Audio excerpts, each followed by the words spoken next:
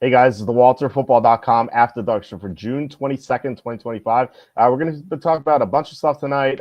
Some teams making moves to strengthen themselves for potential championship runs. We'll get into the NBA Finals Game 7, which is tomorrow. Actually, technically later tonight if you're listening after midnight. And then a bunch of other things. I'm sure we'll have a lot of fun tonight on this grim day, I would say. So before we intro our co-host for tonight, please hit like, subscribe, comment below this video. Visit the link in the description for the merch store. I have it on the screen here, and I have it on my shirt here.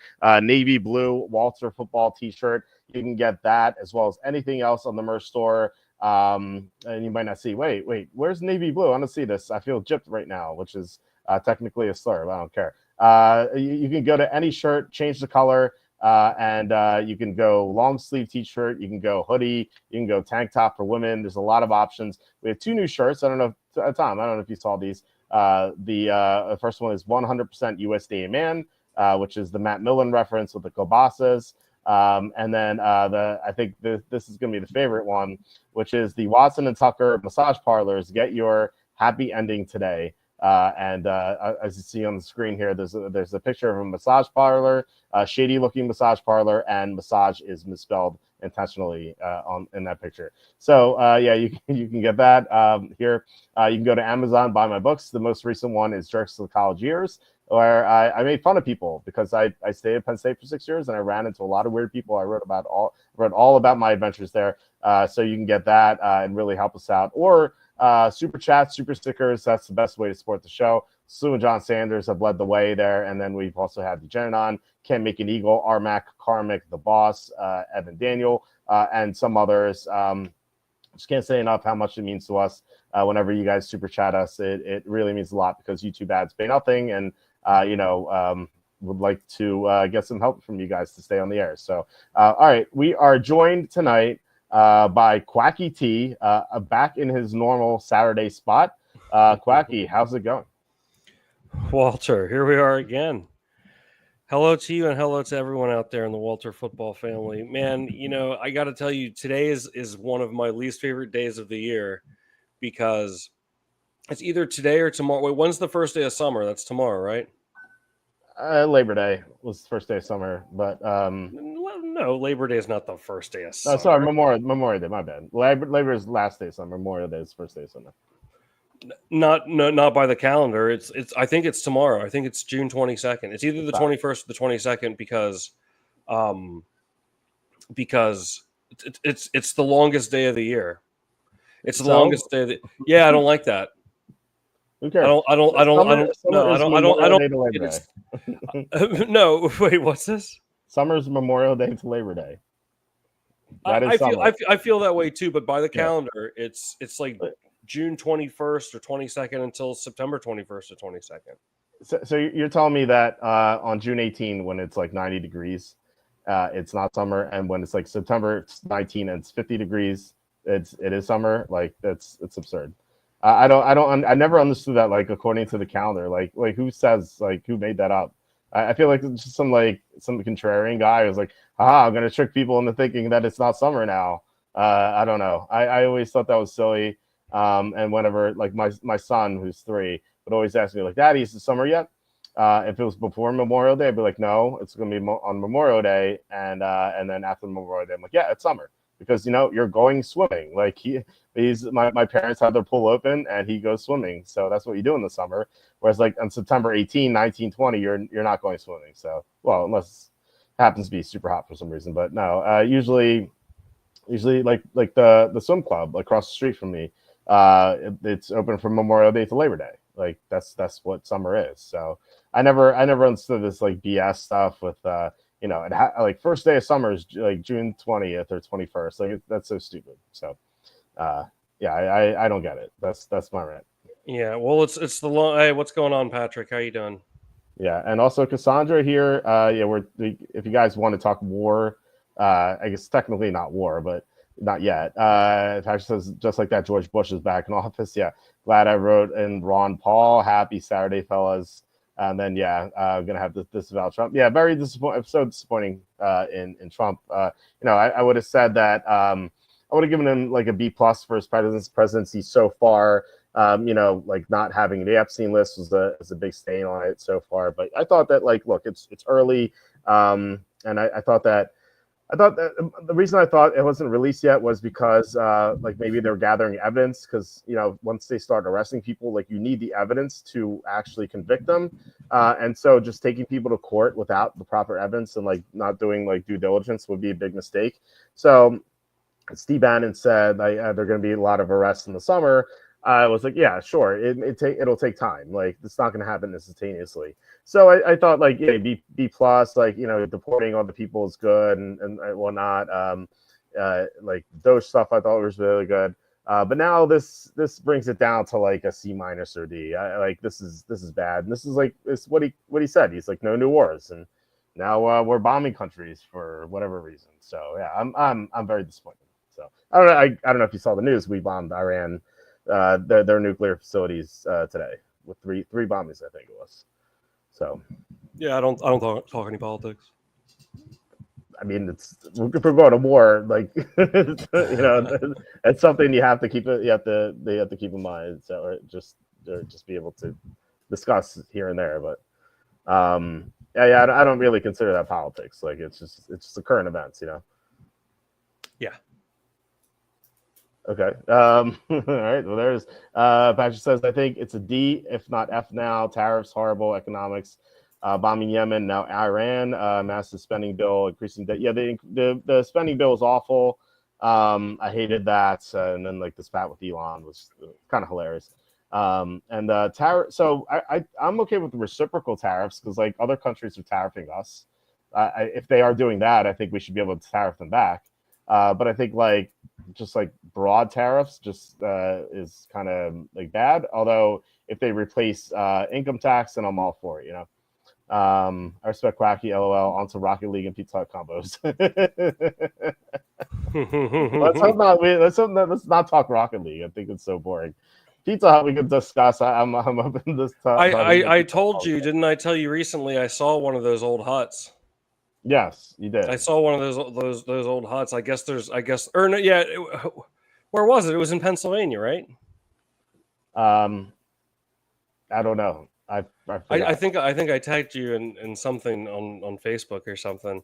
But yeah, it's good. It's good to see that's still. I mean, I guess it's not technically alive and well. But Yeah. anyhow, I mean, what are we in now? Are we in daylight savings time? Are we in standard time? What's the difference? Yeah, we're daylight savings time, which I think should be permanent. I don't know if that's political, but because it's always been discussed by Congress, actually almost got passed, and I thought it was going to get passed. They talked about it getting passed, that they would make daylight savings time permanent. I hate when it stays light. I like when it gets dark early, because when it stays light for longer, I'm like, oh, it must be like 7 o'clock, and it's like 9. Oh, I love when it's light late, because I don't know, like, why do you want it to be dark early? Because I feel like the days are longer. It's like hours. it'll no, but it's so dark out, and you're like, oh, it's probably like 8:30, and it's only 6. I love that. I hate it. I hate it when it gets dark early. Like I guess like for me, it's a little different because I get up later. Like I usually get up at 11 because I go to sleep at 6 a.m. So when it's like December, and I wake up at 11, I only get like 5 hours of daylight, which kind of sucks. And it's even worse for people who work 9 to 5, because they get in, like, sure, they drive to work, it's light out, but by the time they leave their building, it's already dark in December. And I know that, like, I think like depression rises in December, and it might have to do with like Christmas. If people don't have families and whatnot, they get lonely. But depression rises for people with families as well, and I think it has to do with lack of daylight. And so I always thought that they should keep daylight savings time permanent. Like, instead of getting dark at 4:30 in December, it gets dark at 5:30. So at least like people have a little bit of daylight once they leave work.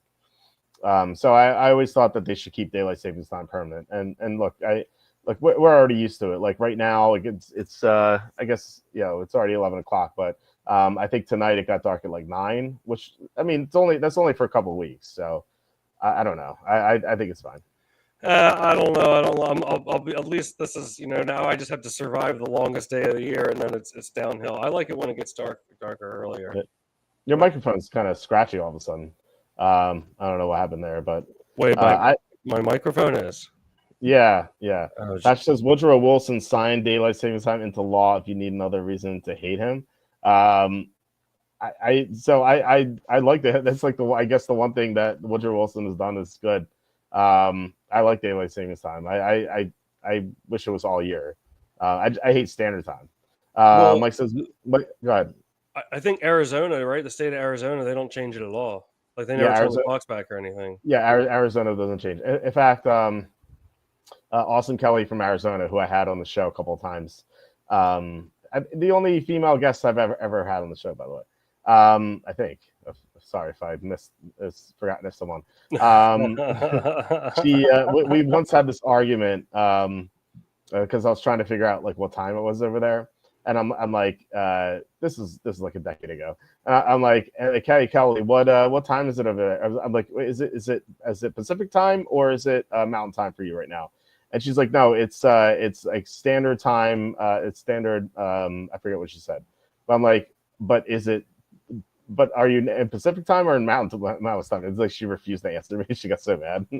I don't know why. But I thought it was funny. Like, yeah, she wasn't mad for too long. She was mad for like a little, like 10 minutes. But I don't know. So I guess Arizona people are kind of take that personally. Yeah, I don't know. I think that wouldn't be a bad deal. I think I want it to be the same all the time, I guess. Yeah, I'd rather it be one or the other, but I like it. Yeah. I like it when it gets darker. I hate when it changes. Like either way, I hate when it changes. Wait, so it's daylight savings time now when the sun is out longer, right? Yes. Don't you think it should be the other way around? Like when it gets dark, like they're saving it. Like there's less in these. Like wait, where's all the daylight? Like they're saving it for later during the standard time, and that's when it comes up. Like they're saving it. I can see how it's confusing. That's I don't know. I guess the time, yeah. Or is it showing the why don't they call it daylight longer time? Daylight longer time? Yeah. Daylight shorter time, daylight longer time. Isn't that like easier? Well, daylight shorter. Yeah, it's standard time or savings time. Yeah.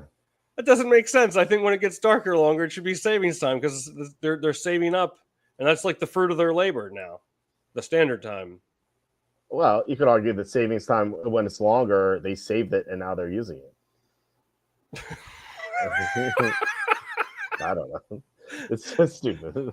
Yeah, I don't know. I prefer the night. Well, what I prefer is to not change. Like if I would prefer daylight savings time, but if they made daylight standard time permanent, I would like that more than just switching back and forth. Because look, I never liked it too much. I guess like the only time I ever liked it was when my friends and I would go out to bars, and the bars would stay open until like technically 3:00 because you ship back an hour, and so you get another hour of going out, which is fun. And I guess that kind of goes into like why bars close at 2 a.m. in the first place. Like they should not close at 2 a.m. It's kind of silly. So that's like the only time I ever liked it. Otherwise, it's always like a pain in the butt because like you get an extra hour in the fall, and I hated that extra hour because I had to wait like an hour longer for football. And then in the springtime, you lose an hour, and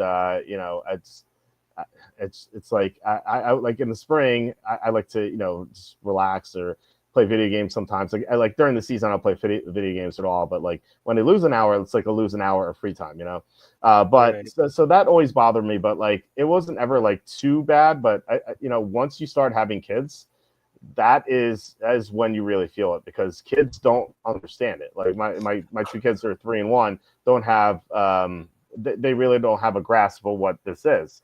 And so they'll wake up at the normal time, and it just screws up their body clocks. And so I think they should just make something permanent. I don't care either way. I prefer daylight savings time, but I just make it permanent. Yeah, I mean, I don't know. A lot of people like really complain about. I guess it does suck losing an hour of sleep, but it's only for one night. I mean, like, I feel like it doesn't take take that much getting used to. Actually, maybe not. I mean, do you have to get adjusted at all after the time change? I never really had to. I'm someone who never really slept all that much anyway. Like I sleep 4.5 hours. I always tell my wife, I'm like, just give me 4.5 hours, I'm fine. I can't sleep. I usually can't sleep more than 5. Like if I usually I'll go to bed like at 6, and I'll wake up during the week at like 10:30, or sometimes even earlier. And I'll be like, my first thought is like, oh, let me access my phone and see how stocks are doing, and then I'll like have this energy just looking at various stocks. I'm like, okay, I want to do this, I want to trade this, I want to do that, and then I'm like, okay, I have to update the site, I have to get my home run picks in or my NBA pick, and so I'll just get up, and sometimes I'll be like, okay, I have a lot of energy, let me go to the gym. Like, so it's really like 4.5 hours I usually get. So I never like really felt the losing hour of sleep. So that I don't know. I'm weird that way, but I know people who sleep for like 8+ hours, and I'm sure that hurts them. My wife always feels it like when she loses an hour of sleep. So I guess it's different for everyone else. Hey, let me ask you this. Remember when remember in 2012 when it was supposed to be the end of the world? What was it? It was the Mayan calendar predicted it? I want to make sure I get it right, but I think so. I think it was the Mayan calendar, and actually, so the girl this girl I liked in college, she I wrote about her in this book that we have on screen. She was the hot blonde lawyer. Her wedding was that day, like the day that the Mayan calendar was supposed to expire. She invited me to the wedding, but it was in North Carolina. And I wasn't dating anyone at the time, and I was like, it'd be weird to go by myself. Like, and I was like, it's kind of strange. I still had kind of a crush on her a little bit, like not a lot, but like still, it would be weird for me to go. I was kind of surprised she invited me. But anyway, so I actually texted her. I'm like, how do you feel having your wedding when the Mayan calendar is going to end? She's like, I've heard this so much. Stop it. Dude, you know what I did? Like, do you remember what you were doing during that time? Because it was like it's supposed to be a certain time of day too, wasn't it? It was in the afternoon or something. Yeah. Ryan, who used to be the editor of my website. I think you sat at my wedding. Mm-hmm. We were playing Donkey Kong Country Returns, Donkey Kong Country Returns on the Wii U, or no, it was the whatever the one the Wii. I guess it was the Wii, right? We were playing Donkey Kong Country Returns, and then we were hanging out because we were going to a party later that night, and we just had a few hours to kill. I'm like, oh, let's play Donkey Kong Country Returns. So we just played video games right through it. Wow, that's a good way to go. I just took a nap.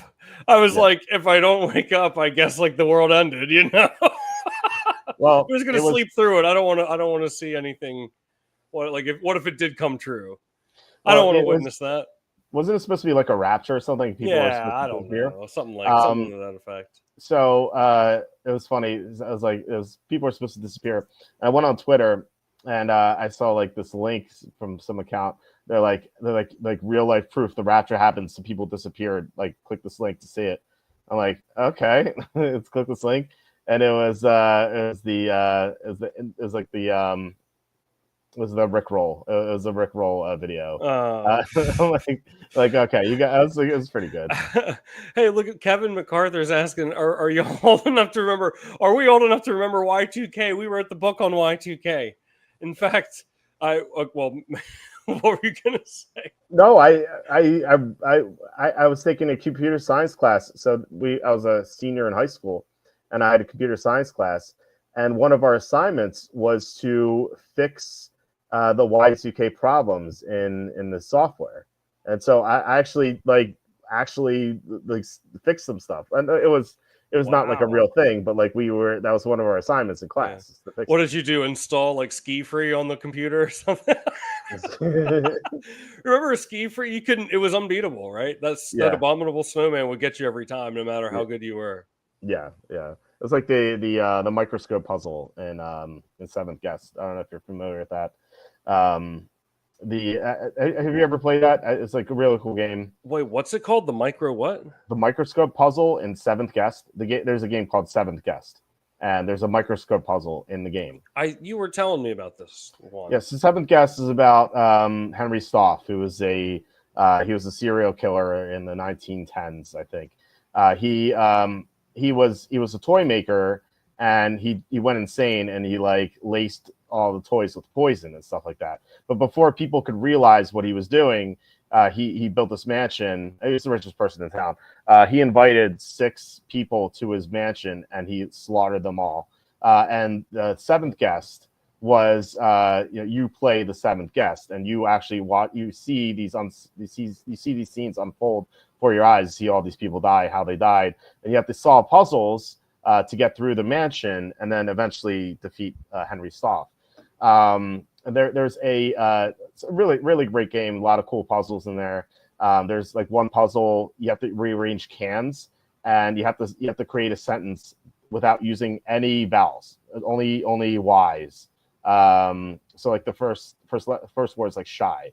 So like you have to make a sentence out of that. There's a maze. There's a chessboard where you have to put 8 queens on the chessboard without them killing each other. So it's stuff like that. But there's a microscope puzzle in the game where you control like blue blobs, and the computer controls green blobs. And the goal is to have more blue blobs on the screen than green blobs once the board's full. And like your blue blobs eats the green blobs if they're close enough. So when I was a kid, I played this, and it was the easiest puzzle in the game. Like I beat it the first time. I didn't think anything of it. And like when I was like 20 years later, I reinstalled the game on my computer, and I got up to the microscope puzzle, and I lost. I'm like, that's weird. And then I played again, and I lost again. And then I lost again, and then I lost again, and I lost again. I couldn't beat it. And I even talked to Omniferal, who we had on the show. He's the best man at my wedding. He tried it. He couldn't beat it either. And we're like, what is happening? We beat this so easily when we were kids. Like, are we just dumber now? And like, so I actually Googled it, and it said the microscope puzzle is impossible to beat now because the computer used to use RAM to kind of figure out its moves. So like back in the day when you had slow computers, the computer processing was too slow to be good, and so you could beat the computer easily. But now that the computers are super fast, the AI is way too good. It knows like what you're going to do. It knows the perfect move, and it's impossible to beat. Like people post this online. They're like, you can't beat the microscope puzzle. You just can't beat the game.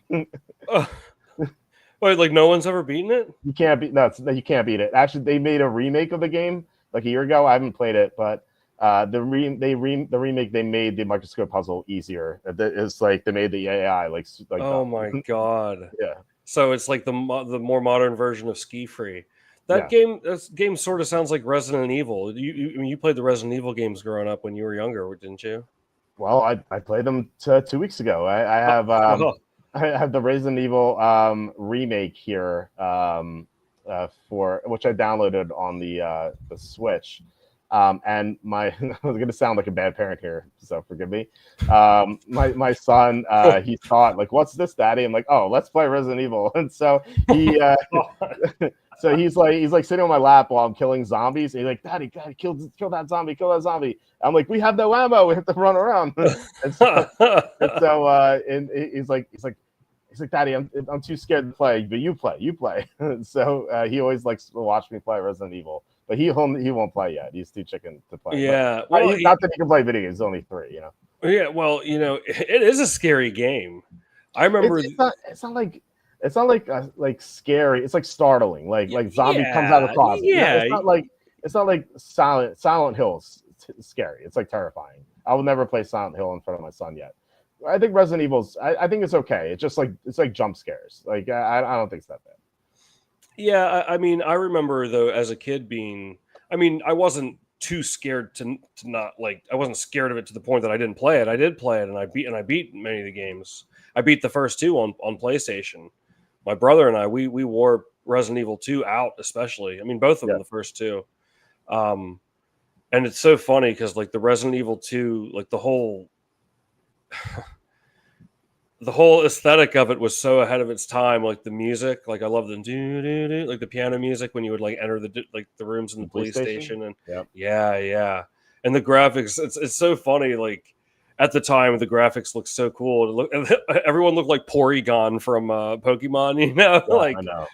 like they're like geometrical, like rhombus shaped things and rectangles and triangles, quadrangles too. Yeah. The some of the voice acting was so bad. Like remember Barry with Jill? Like Yeah. Jill, you take this lockpick. You are the master of unlocking. Yeah.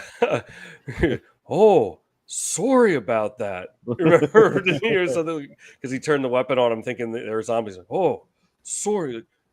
But like the dialogue would be behind it. He'd go like this. He's like, "Don't shoot! Like, I'm not one of them." It's like, "Whoa, sorry." Barry, where's Barry? Yeah, where's Barry? Yeah, exactly. But hey, Man. at the time, it's such a good game. I mean, to me, like Resident Evil, those first two games was like probably like my first like real introduction to like a survival horror game. Yeah. And I loved it. Like it was, they were really well done. They were really well done at the time. It's incredible. The first two were awesome. I actually did speed runs of Resident Evil 2. Did you really? Yeah, I mean, what was your best time? I don't know, man. I was in high school. I don't know. There was no internet either. Well, there was internet, but you couldn't stream on 56K modem. Can you imagine? You'd be like halfway through, you'd be fighting a tyrant or something, and then like the phone rings and you're disconnected. Yeah, like, is Walter home? Like exactly. In the middle of the yeah. You couldn't stream a 56K modem. Yeah. What do you think? Like, are you talking like under 2 hours? I mean, yeah, under 2 hours for sure. Yeah, it was like hour 40, hour 35. I can't remember exactly what it was, but it was a good time. I don't. It wasn't a world record like I had in Choco Island 1 in Super Mario Kart, but it was a really good time. I think. Like I had that game down to a T. Like I knew where to go. I knew everything about that game. Like it was so cool. First one, I don't think they timed you in the first one. Or maybe they did, but I don't know. For some reason, I always did 2, the speed run. Maybe I like 2 better than 1, but I don't know. I feel like there were really good parts to both games. I thought 3 was cool. It's kind of like you were being stalked. Had you ever played 3? You were. Yeah, I did, but not as much. Like I don't remember it as much as the first 2, but I definitely did.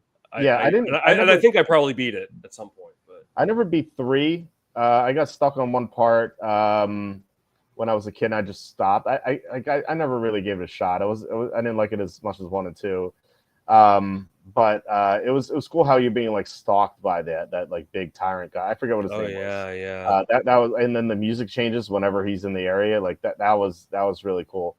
I always like Silent Hill more. Silent Hill 1 and 2. I thought like the story in Silent Hill was a lot better, and it was a much darker game. Like then Resident Evil is just like jump scares. Like Silent Hill is like psychological, like just a horror game. Yeah. I need to. It's been so long since I remember my brother playing Silent Hill. I never played it myself, but I remember watching it. I guess this makes me. I don't know. I should watch like a playthrough of Silent Hill, because I do remember it being like it's a different type of scary. Like it's haunting. Yeah. Oh yeah. And like the plot of it, like the Silent Hill 2 like twist at the end, I thought was insane. Like I never would have seen it coming. Like did you play 1 or 2, or did your brother play 1 or 2? I think it was the first one. I think probably both of them, but I remember the first one. Well, the second one is where your wife had been dead for 5 years, and then you get a letter from her, and it's in her handwriting, and she says like, "Come to Silent Hill in our special room." She says the room in the letter, and like she was the only one who knew about that room aside from you, and it's her writing, and she's like, okay, she's been dead for 5 years. Why am I getting this letter? And so yeah, and then like the twist of the whole thing is incredible. I don't want to say it for people who haven't played it, but it was. I actually don't remember any of the plot at all. It was a cool, great story and insane twist. I was like, holy crap!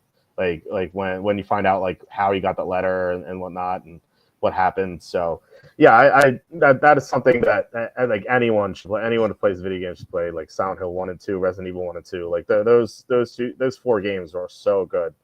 A lot different. Like Resident Evil, Silent Hill, like they're both like shoot the bad guys, like scary, but like they're so different.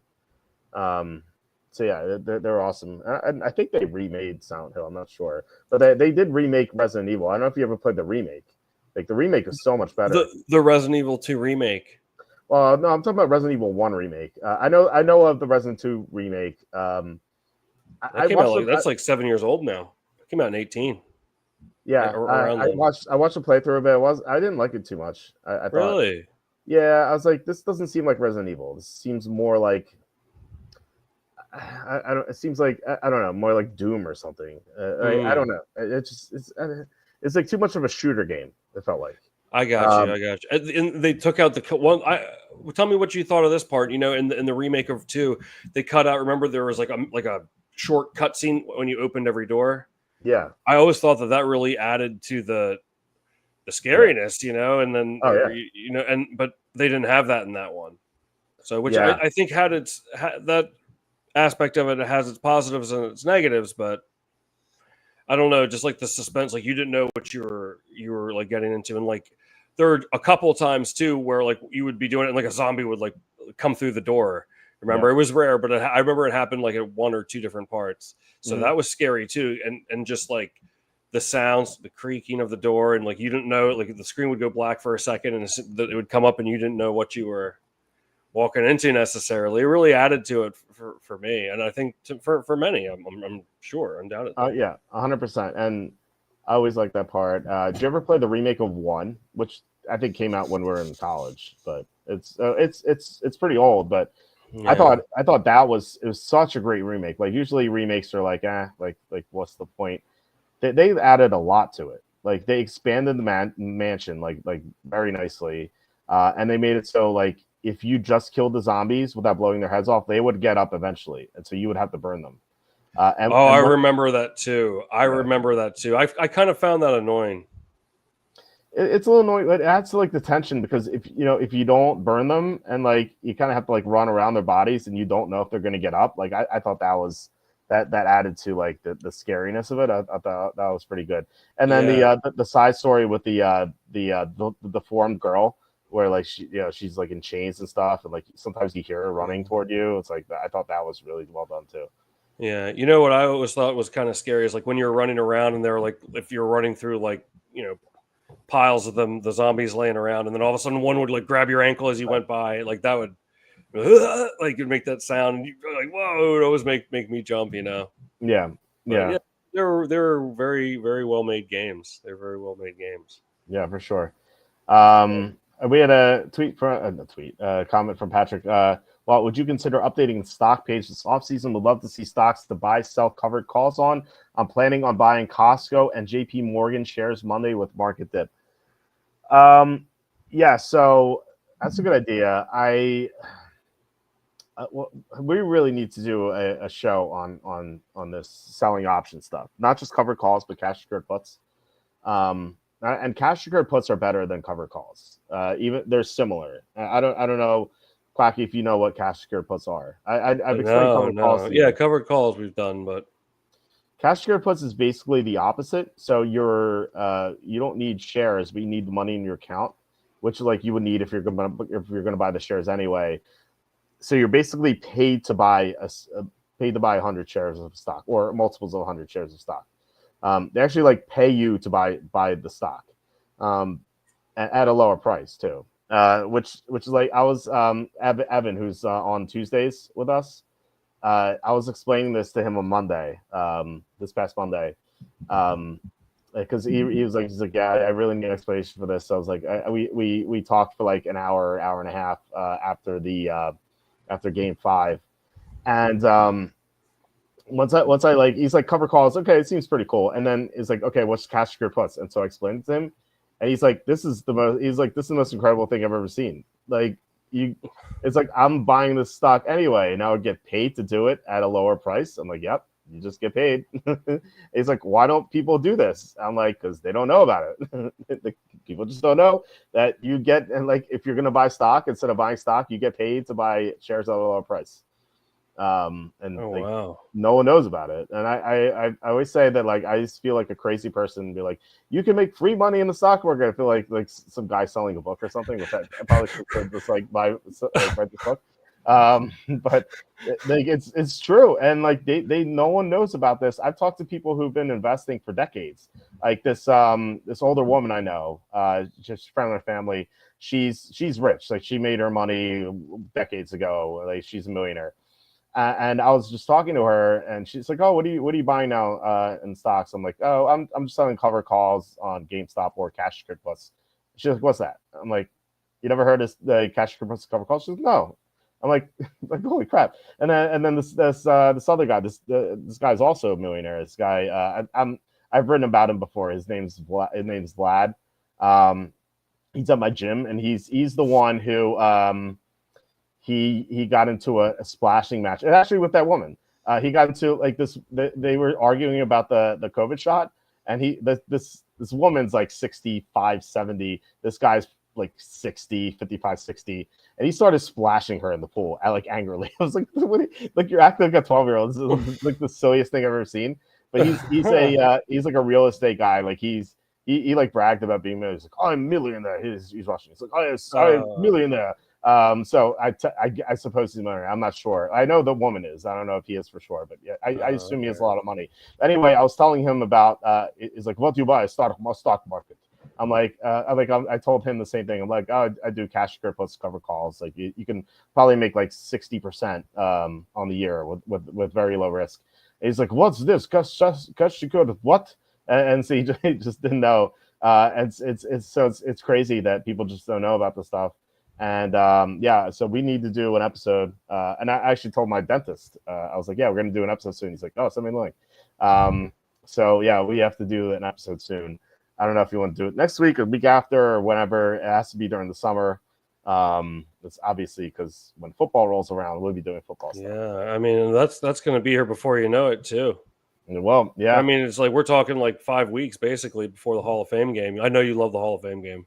Oh yeah, I can't wait. My palms are sweating. Dude, it's when it begins. You know, you don't get excited for that. No, in fact, I dread it. Shame on you. I wish there was no preseason. No, shame on you. You should look. Really. I used to look forward to it. I really used to look forward to it. It's like, football's back. This is cool. And this was when the teams would play their starters. Now, not the whole game, not even a half, like for the Hall of Fame game. You would see them play a drive or two. And now they don't play any of their starters, not even just the Hall of Fame game. They don't play their starters in any game. Like, sometimes the teams will, usually it's like some teams will do one game, but it's really like sporadic. Some teams will do one, like a drive in the first game.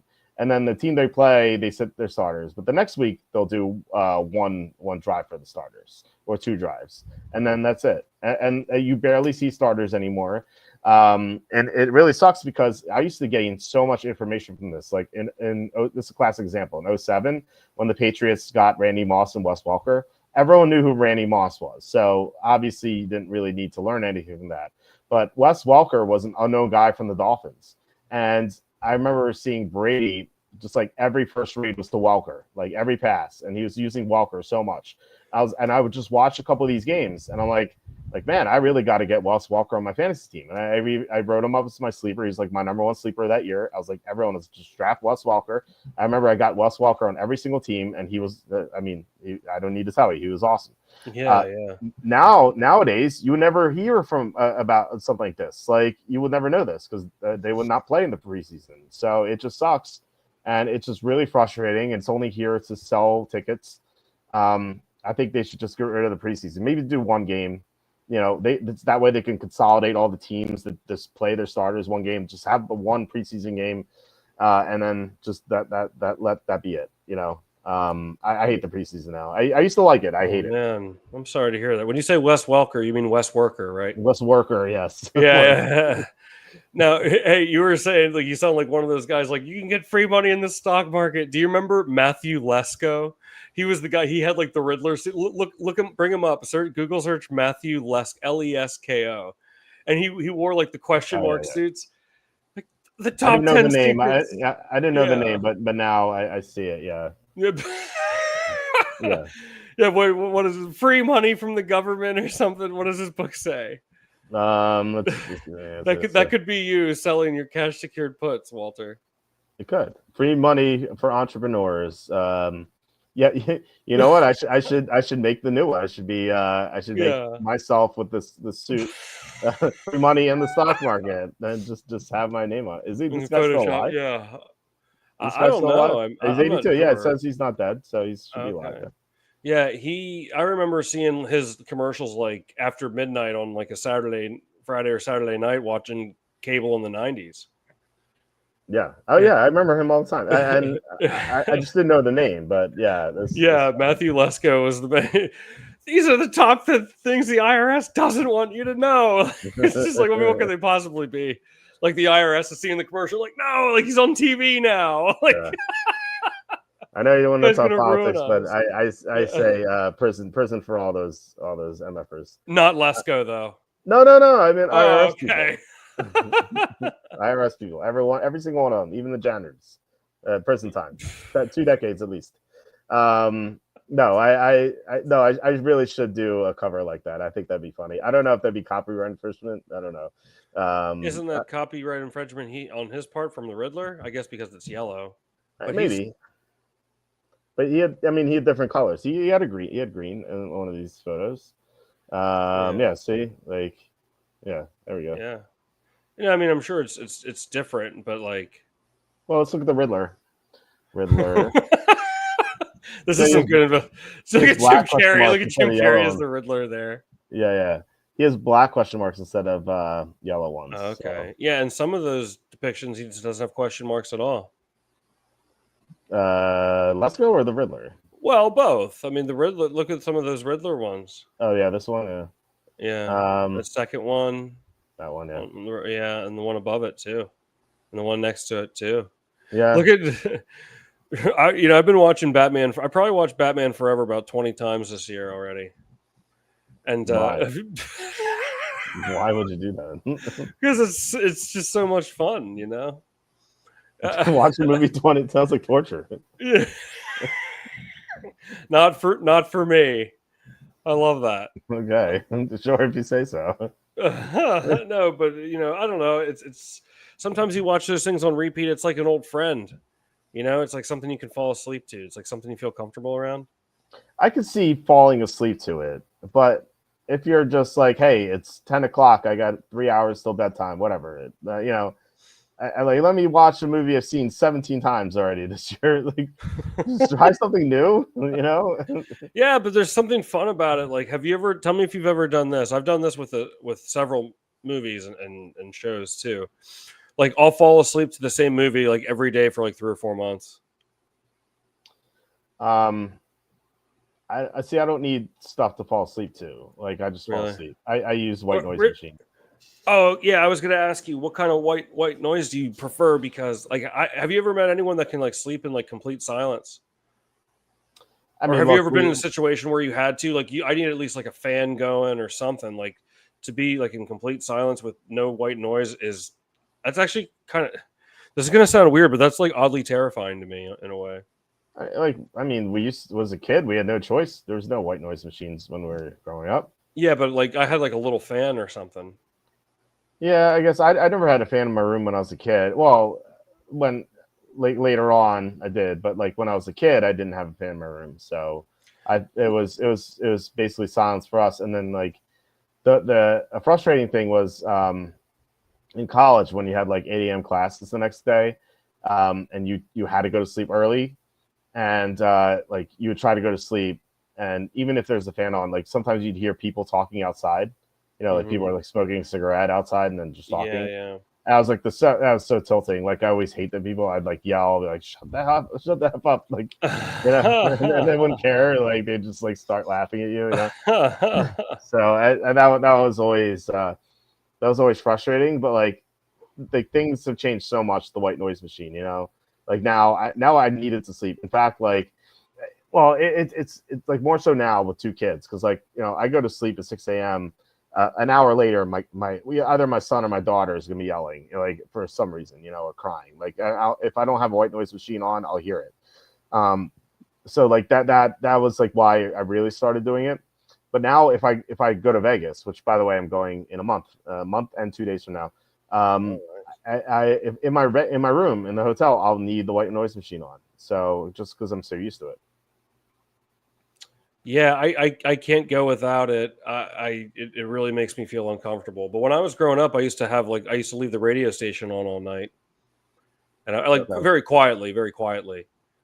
But like a lot of times, like I would hear like the song in like my dream as I was waking up, That's funny. like the next day. So like yeah, it was very quiet, but I don't know. I always had to have something. It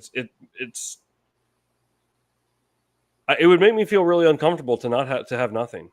I can only think of like one time ever, or one time I was visiting my dad and I need like a portable fan. He had one. I was like I have to have that. Like in the guest room, I can't just like sleep here in silence. It'd be so weird Right. to me. Yeah, I get that. I don't know. But like I said, when you're a kid and you didn't have an option, then it was different. Like now, now I need it, but beforehand I didn't. Should I try it tonight? No, why? What are you gonna prove it to?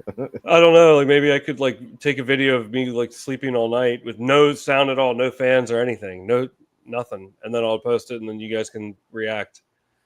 Like crazy feet here. Yeah, wasn't there? It's the longest movie of all time. It's a movie called Sleep, and it's just a guy who went to sleep for 8 hours. It's like an 8 hour long movie.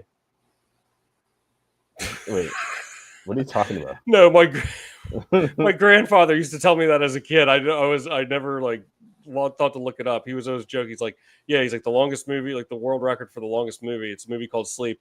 It's a guy filming himself asleep for 8 hours. And I never knew if it was true as a kid. I was like, oh, really? But I don't know. It could be. You can film it in one take. That movie would be done, produced after. You wouldn't have to do. Your grandfather's wrong. The longest movie ever made is Logistics, a 2012 experimental film. It clocks in at 857 hours. Yeah, I don't know. Good luck watching that one. You want to watch this 20 times? Wait, how many? Hang on, let's see.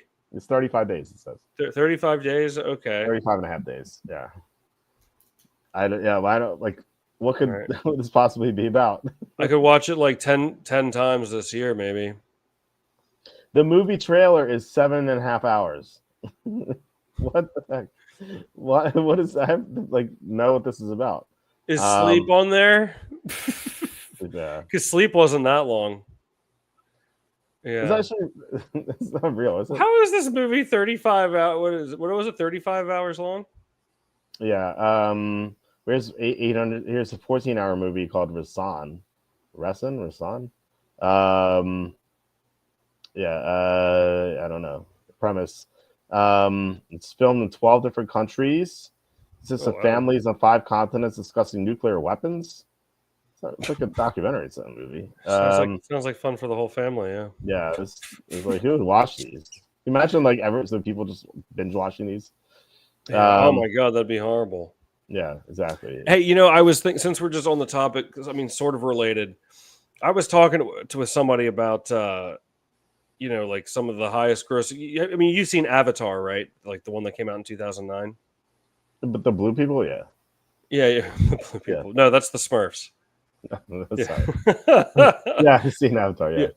Yeah. Okay. Let me tell you something, and maybe this is an unpopular opinion, but like, okay, I really liked Avatar. I thought it was a really good movie. How that is the highest grossing movie of all time, I will never understand. I will never understand that. It's good, but it's not that. Is it still? Do you want to look? Sorry, I always feel bad putting you to work here, but you want to look up like the. Maybe, how dare you put me to work? I mean, I guess it's just typing in. What do you want me to type? Shoot! Now I completely lost my train of thought. Grossing movie. Yeah, highest grossing movie. Yeah. There you go. Avatar's number one at $2.9 billion worldwide. Then Avengers Endgame. I hate superhero movies. 2.7 million. Actually, 2.8 million. And Avatar is number 3 as well. Yeah. Apparently, I never saw this one. It's not that good. I never saw this one. So, Titanic. That was number long 4. time. Yeah, I saw Titanic in the movie theater.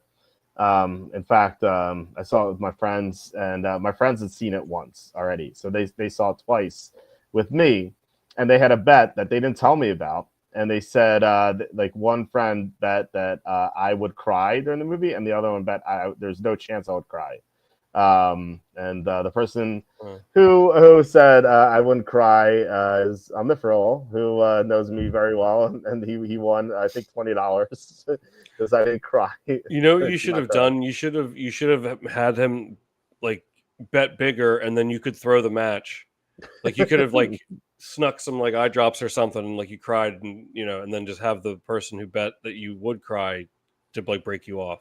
Right. Like you could do it that way. I can't believe Jurassic World is number 10. The one that came out in 2015. I fell asleep in the theater. That movie sucked. It was okay. My wife and I saw it in the theater. It was okay. Let's see, Star Wars: The Force Awakens. Wow, that was a bad movie. Look, the Lion King. Oh, is that the original or no? That's from 2019. Are you kidding me? That was bad too. But you know what? I remember I actually went to see it in theaters with my girlfriend at the time and her sisters, and how I got ripped into that is another story. But there I was, and I actually I set the bar really low. We're talking about the live action Lion King, yeah. And I was like, I know this is going to be bad, and I mean, I still thought it was bad, but like I thought that was better than I thought. And all the three of them who, they like Disney, all three of them came out and they're like, that sucked. And I was like, oh, really? I was like, I actually thought it was better than I thought it was going to be. But they all hated it. But I mean, I was that, when did they start doing the live action ones? I feel like that was one of the first ones. So maybe that 2019. Yeah, 2019. Were they doing the live actions before them? Probably. I think. Yeah, I don't think it was one of the first ones, but I'm not sure, but it was much worse than the original. I thought John Oliver mailed in his voice acting. I thought that was really bad, and they got rid of my favorite song from the original, which is "Be Prepared." Be Prepared. Yeah. Thank you. Yeah. Holy cow! Yeah, man, that's the best song in the movie, in my opinion.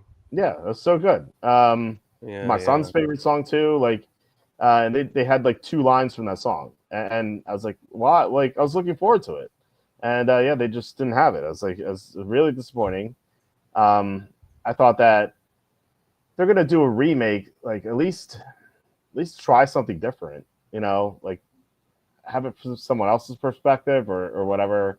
Like don't do like story for story remake, like where everyone knows like what's gonna happen. Yeah. But like, don't make it stupid either. It's just like a fine line to cross there. I don't know. I just thought it's not good. It wasn't like, I wouldn't say it was like a bad movie, but it was not good either. So yeah. Hey, I'm looking at number 18, the Super Mario Brothers movie. At first, I was thinking of the original. I was like, wait a second, what?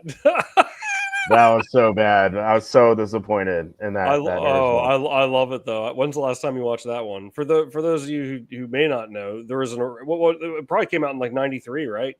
Yeah, I saw it in the movie theater. I was so excited. Yeah, I love Mario more than anything. I like world record holder in Super Mario Kart Choco Island 1 here. I played Mario till my thumbs bled out. Like, I beat every single game.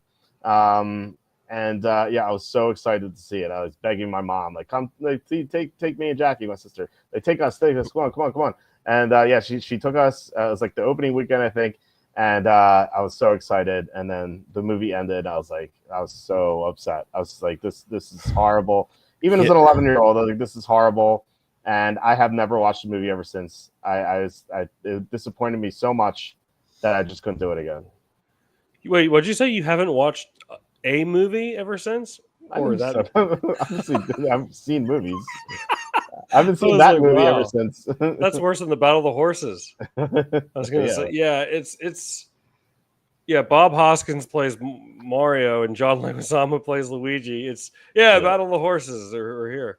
Yeah. Uh, Things haven't been the same around these parts since the Battle of the Horses. it hasn't, or since Walter's seen the Mario Brothers movie, apparently. Yeah. But So, like, so the new one I took when it came out, I took my nephews to see it. My son was too young. He was like, yeah, the new one was great.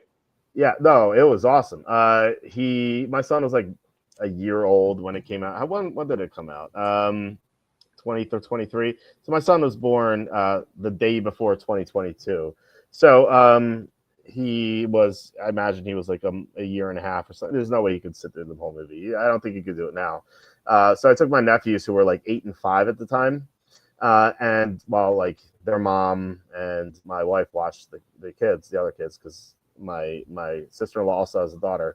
So I took them, and they were super into Mario as well.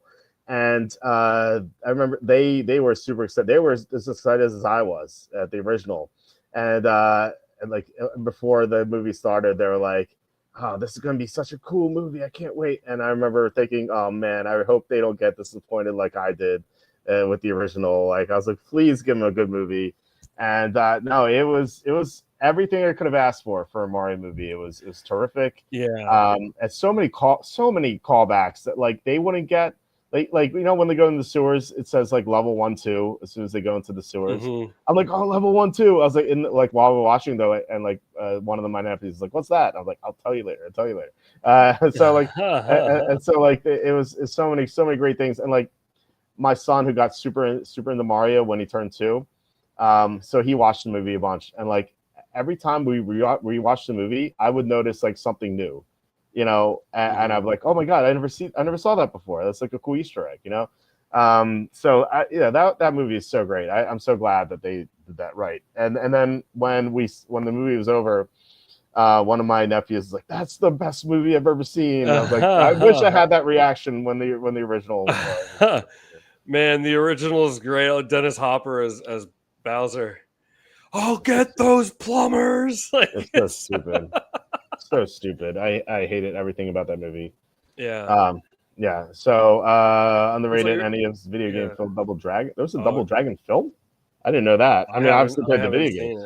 Remember the Street Fighter movie? Oh, that was bad. Jean-Claude Van Damme. Oh man, that was bad too. Mortal Kombat was bad. That movie. Have you ever seen a movie called Sudden Death with Jean-Claude Van Damme? Is that the one where he has to play the goalie? Yeah, because there's a bomb in the stadium. Yeah, it's at the Mellon Arena in Pittsburgh. It's the Pittsburgh Penguins at the Stanley Cup Finals, and he just passed away earlier this year. The late great Mike Lang, the voice of the Pittsburgh Penguins for so many years. His commentating is prevalent throughout the movie because he's calling the game. And yeah, at some point, like there's like someone brings like a bomb to the arena as the premise, and he took his son to the game. So he's got to go around and get this, this terrorist that's going to bomb the Penguins arena. And then somehow he gets in the equipment room and they put him in goal, and he stops a penalty shot too. And it's in the Stanley Cup Finals. Like, it's so ridiculous. Yeah, we should put it on our watch list. It was one of the I haven't seen it in a long time. It's one of the greatest movies of all time. Sudden Death, it's called, like the overtime. Yeah, I watched that when when did I don't know when it came out, but I remember watching it with my dad. I remember thinking it's so stupid, but it was it was an action movie. It was exciting, but like the movie itself was just dumb. But it's a baddie, but I highly recommend it. Yeah. Hey, speaking of overtime, I got something for you. Okay, let's say you bet an NFL football team +8, right? And the game goes into overtime.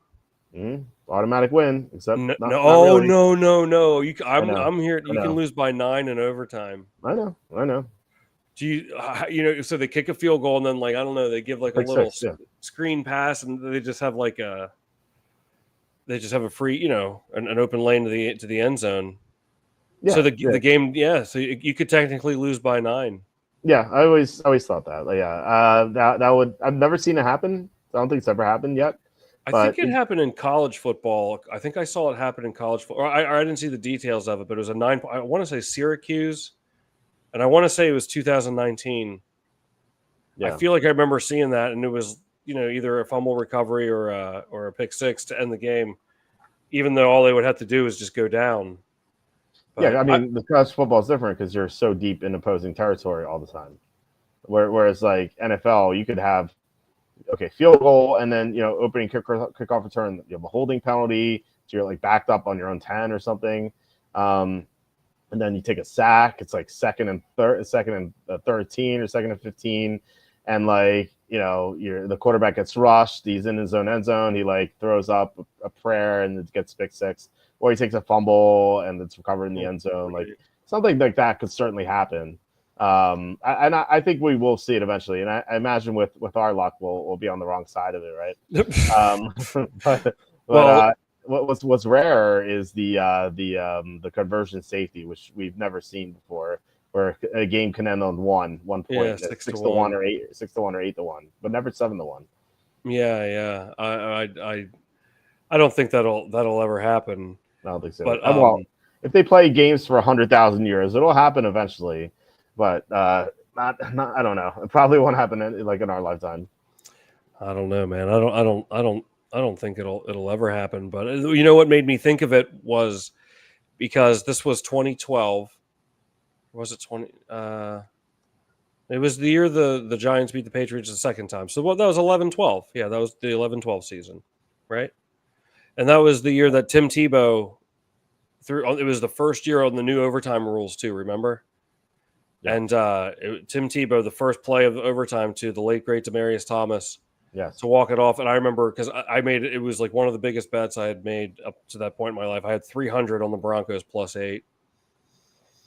And I remember I wanted to take the money line, but the guy I was calling my bets into, they were like, they didn't take money lines, I guess. But I love the money, and they were like, "You're crazy, man! Like you were interested in the money line too." But yeah, they won that game. But I remember thinking at the time, I was like, I'm safe. But with those new rules, because that was the first game we had ever seen those new overtime rules, and I didn't think it through at the time. It's like, well, no, technically, I guess, I couldn't. But actually, no, that's not true because then the Broncos have the ball first. So yeah, so in that case, I guess I would be safe. If your team doesn't get the ball first, then you have a chance for that to still not work. Could you imagine that happening? Yeah, that'd be awful. So we've taken a lot of bad beats. I think that would be the pinnacle of it. Like that's probably the worst beat you could possibly have. I saw this video. This was back in 2022 when I was making like my daily sports picks videos, and it was like UCF versus I don't know University of Louisiana Lafayette or I can't even remember who it was. It doesn't matter.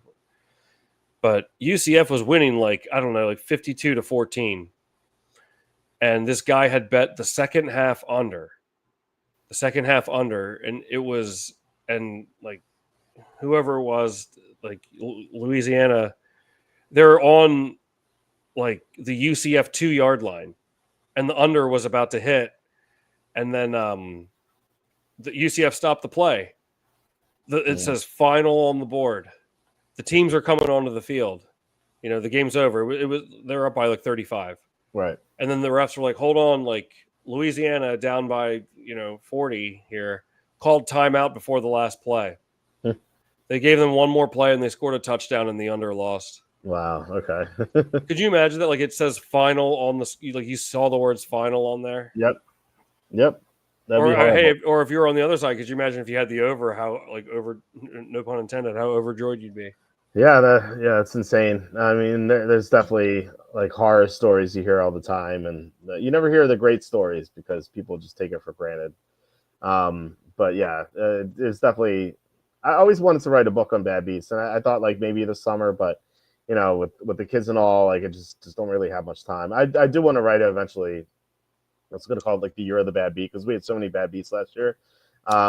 What I want to do is just like chronicle all my bad beats as they happen, because it's hard to like go back and be like, okay, this is how I felt about this in real time, whereas I tried to do that and I was like, wait, which one was it again?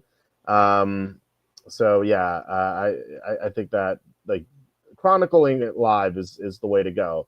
Just because like you can save your emotional reactions for it. Need you wearing that cowboy hat for the yeah, we could do that. By the way, Scotty Scheffler, I think the worst round of his career today. We had him at 3-1, around 3-1, and he was 8 under after one, and of course where he won 22 under last year, and he looked like he was going to coast an easy victory. He's tied for first entering Saturday. He triple bogeys the first hole, and then like 5 holes later he goes into the water. So he's basically out of it. But we do have one guy at 20-1 who's still alive. So Russell Henley, hopefully he comes through. Well, we'll do a little breakdown at the end. Yeah. What do you? Oh, I'm sorry. What do you think about this NBA Finals tomorrow? What's the series at? It's 3 games apiece. Yeah, we're at 3 games apiece, and I mean, what do you think is going to happen? I love Indiana. Especially after that last game. I know you haven't been a fan of them. I've liked them all this time. I think this team is really deep, man, and that line 7. I'm tempted to take the Pacers money line. What do you think? I think I've said it before. I think that if they win the finals, they'll be the worst team to ever win the championship. Yeah, but like, how do you feel about the game tomorrow? I like the Pacers. What are they like? It's lines like 7. I like the Pacers plus 7. I would maybe even consider the money line, especially. I don't know. I feel like they really contained SGA there. I mean, he was a no-show. Like they didn't contain him. They just didn't show up. I don't buy this Pacers team at all. Like I think if the Thunder tried hard in Game 6, they would have won. I think they just took it for granted. And I think what happened was like Halliburton got hurt in Game 5. And so there's like, oh, Halliburton's still hurt.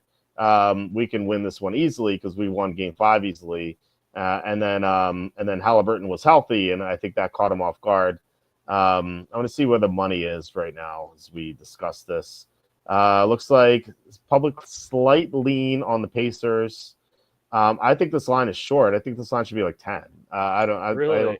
Yeah, look, there's a big difference between these two teams, and even though the series is tied at 3, like the Thunder are just a lot better than the Pacers.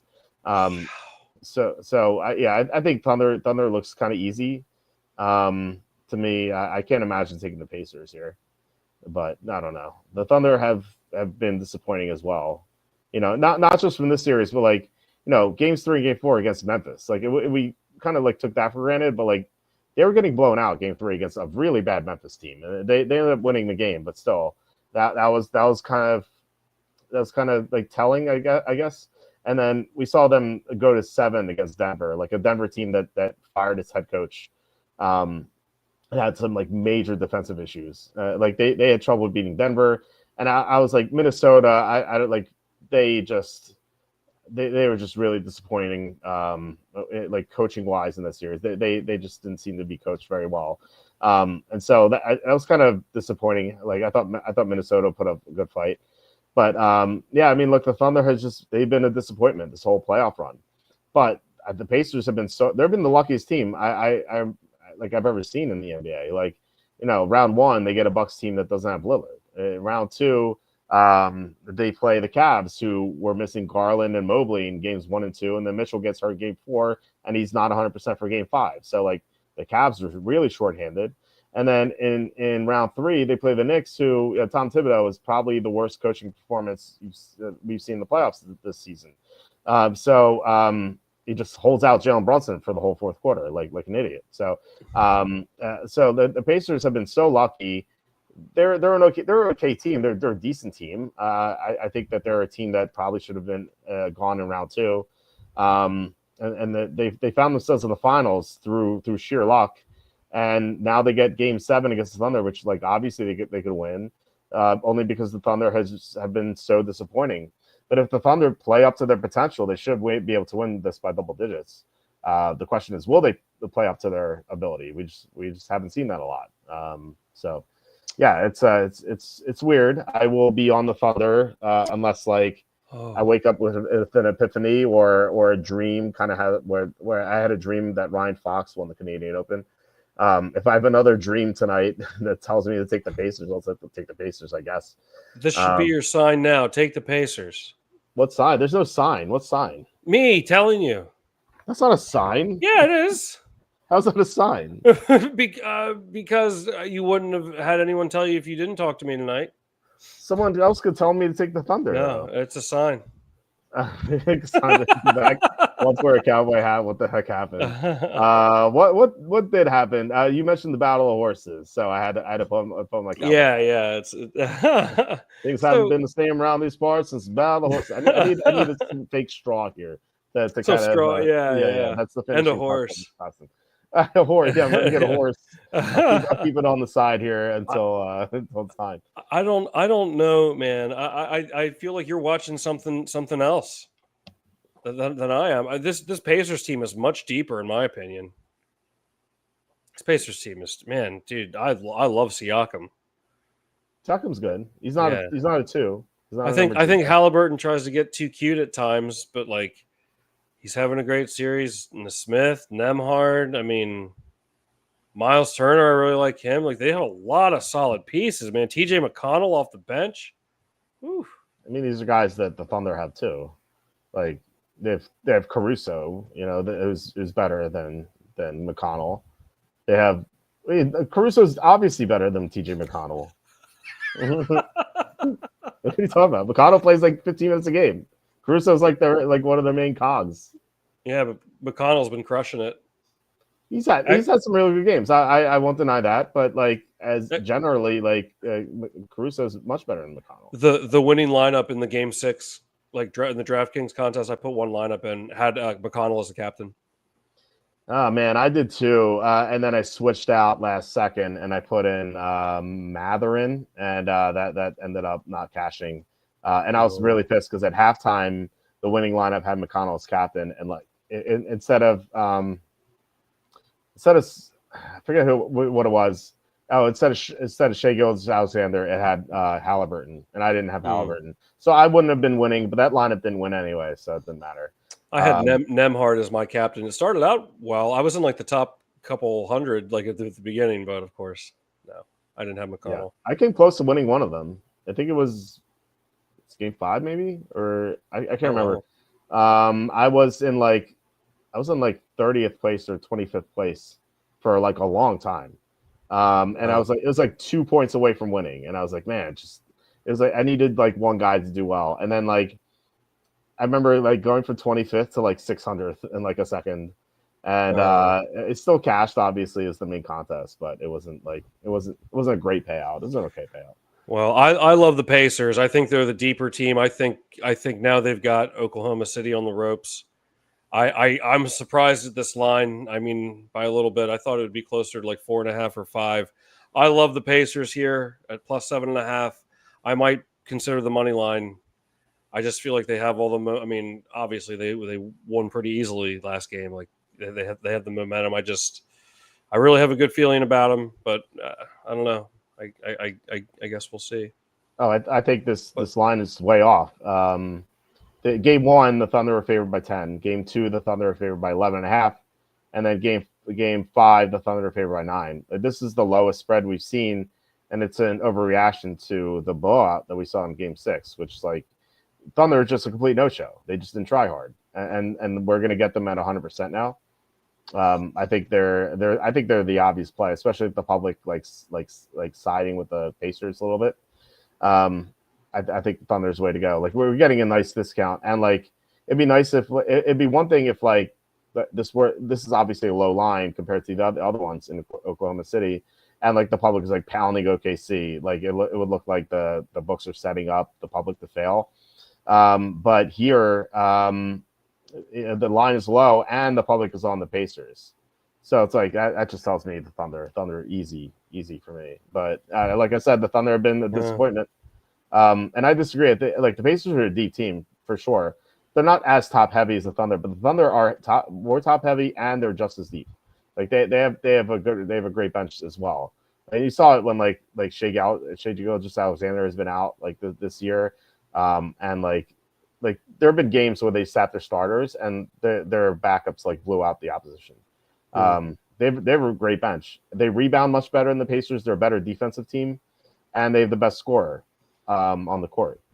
So like this should have been a 4-1 victory or sweep. Like and again, the Thunder have just been a big disappointment. Every not just this series, every series they've been a huge disappointment.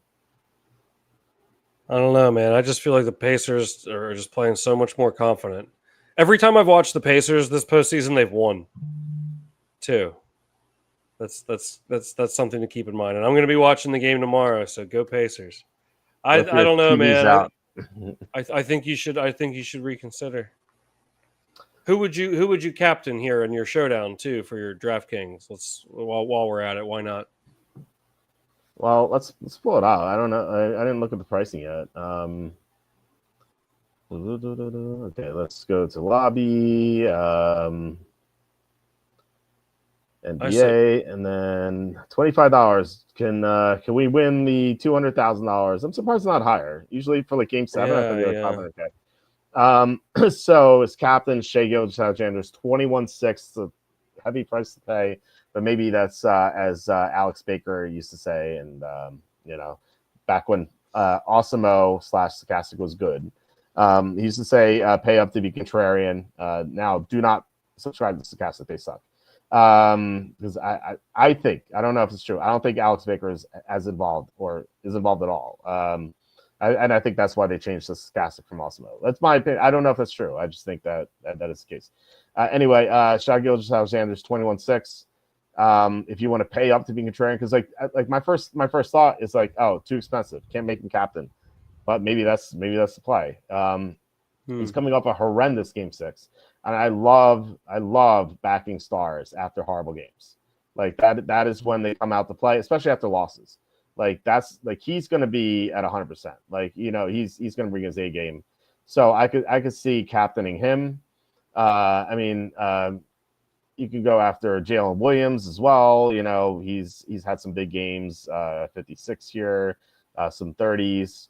I think Chet Holmgren, like after a bad Game 1, which of course, like that's when we bet his rebounding prop, like, and couldn't do that other times. He has played better recently. As I said, like the Pacers suck at rebounding, so felt like he just has a big advantage in the series, and he's cheaper. A captain, he's only 12.6, so that kind of looks appealing. Also, role players play a lot better at home than they do on the road in the playoffs, especially. So like someone like Alex Caruso could be a good captain. He I guess last time at home he only had 17, but he had a 26 here, 31.5 here. I don't know. It depends. Like if you can make a Shai Gilgeous-Alexander captain team work, and like people are not on him as much because of the price, then I think that might be the play. Plus, like people just saw him like have a terrible game. Like he had 25 DK points. Like people might be like, oh, this guy sucks or something. Let me play Pacer, and the public is on the Pacers. So I could see the public. I could see like Siakam being the highest owned captain, because he's cheap and plus he's on the team that just blew out the opposition. So that could be the case. I would not do a Pacers role player just because, like I said, role players play better at home. So like I wouldn't go for McConnell captain. Like that was the right play for Game 6. I don't think that's the right play for Game 7 necessarily. Who else is there? Like Dort, perhaps. Like if you want to be very contrarian, I don't know how many people are going to play Dort. Last time he was at home, he had 30 and a half DK points. And Game 1, he had 36. So if you capture one of these, like that could be a way to do it. So let's just say we make Dort a captain. You can get Shai, you can get Jalen Williams and Siakam in your lineup, and 4,100 left over. You can play cheapy, like who was there? Like another Obi Toppin.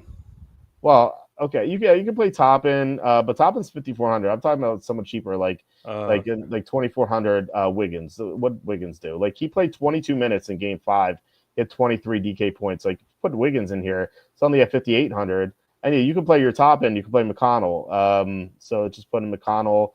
I'd rather have remaining salary, but this is just an example. So if you do this, don't make this same lineup. It's going to be duped because people are watching this, but I think this is a way you could do it because a lot of people aren't going to play Dort at captain. So I would maybe look to something like this, and let's look at how it would look if Shai is captain. So Shai's captain. You have to play some cheapies. You have to play like 2. So you can play Wiggins and you play Wallace or Dort. Let's go Dort. So 7,300 left per player. You can get your top in. Have now 8,300 left per player. Let's just say you really want to play Siakam. You're down to 6,000 per player, and so you can get Nemhard or McConnell or Turner or Hartenstein or Neesmith in there. So let's just you said Turner before. Let's get him in there. So that's a way you could play Shea in your lineup. But notice that you do not have Jalen Williams in your lineup like you did in the other one. So that's kind of like the difference. So what would you do? Where are you leaning? I don't know. How would you feel about captaining Halliburton? Well, I'm interested to see just like how it would look like, and then maybe get Jalen Williams in there. Okay, and then like Chet Holmgren. Okay, Chet Holmgren. We need a cheap guy. Let's get Wiggins in. Oh, yeah, how about Shepard? Shepard, who you say he looks like Mario or something? I said he could be the understudy for Super Mario with the mustache. So you have 11-2 left. Right. You have 11-2 left, so that's Siakam here, obviously. So, yeah, look, that looks appealing. Halliburton has been clutch, but I would say he has underperformed for his price. I mean, look at these DK results, 38, 36. He had a 57, but 33, 20, and 27. Now, it could be contrarian to play him, but this is a terrible matchup for Halliburton. The Thunder had been number 1 against guards all year. So I think Halliburton is not someone I would like aim to play here. I'd rather play Siakam. So if you go to Siakam, who I think is a little bit more expensive, yeah. You have 10-9 left, so you can play Halliburton at in the flex here as utility. So that is something you could do too.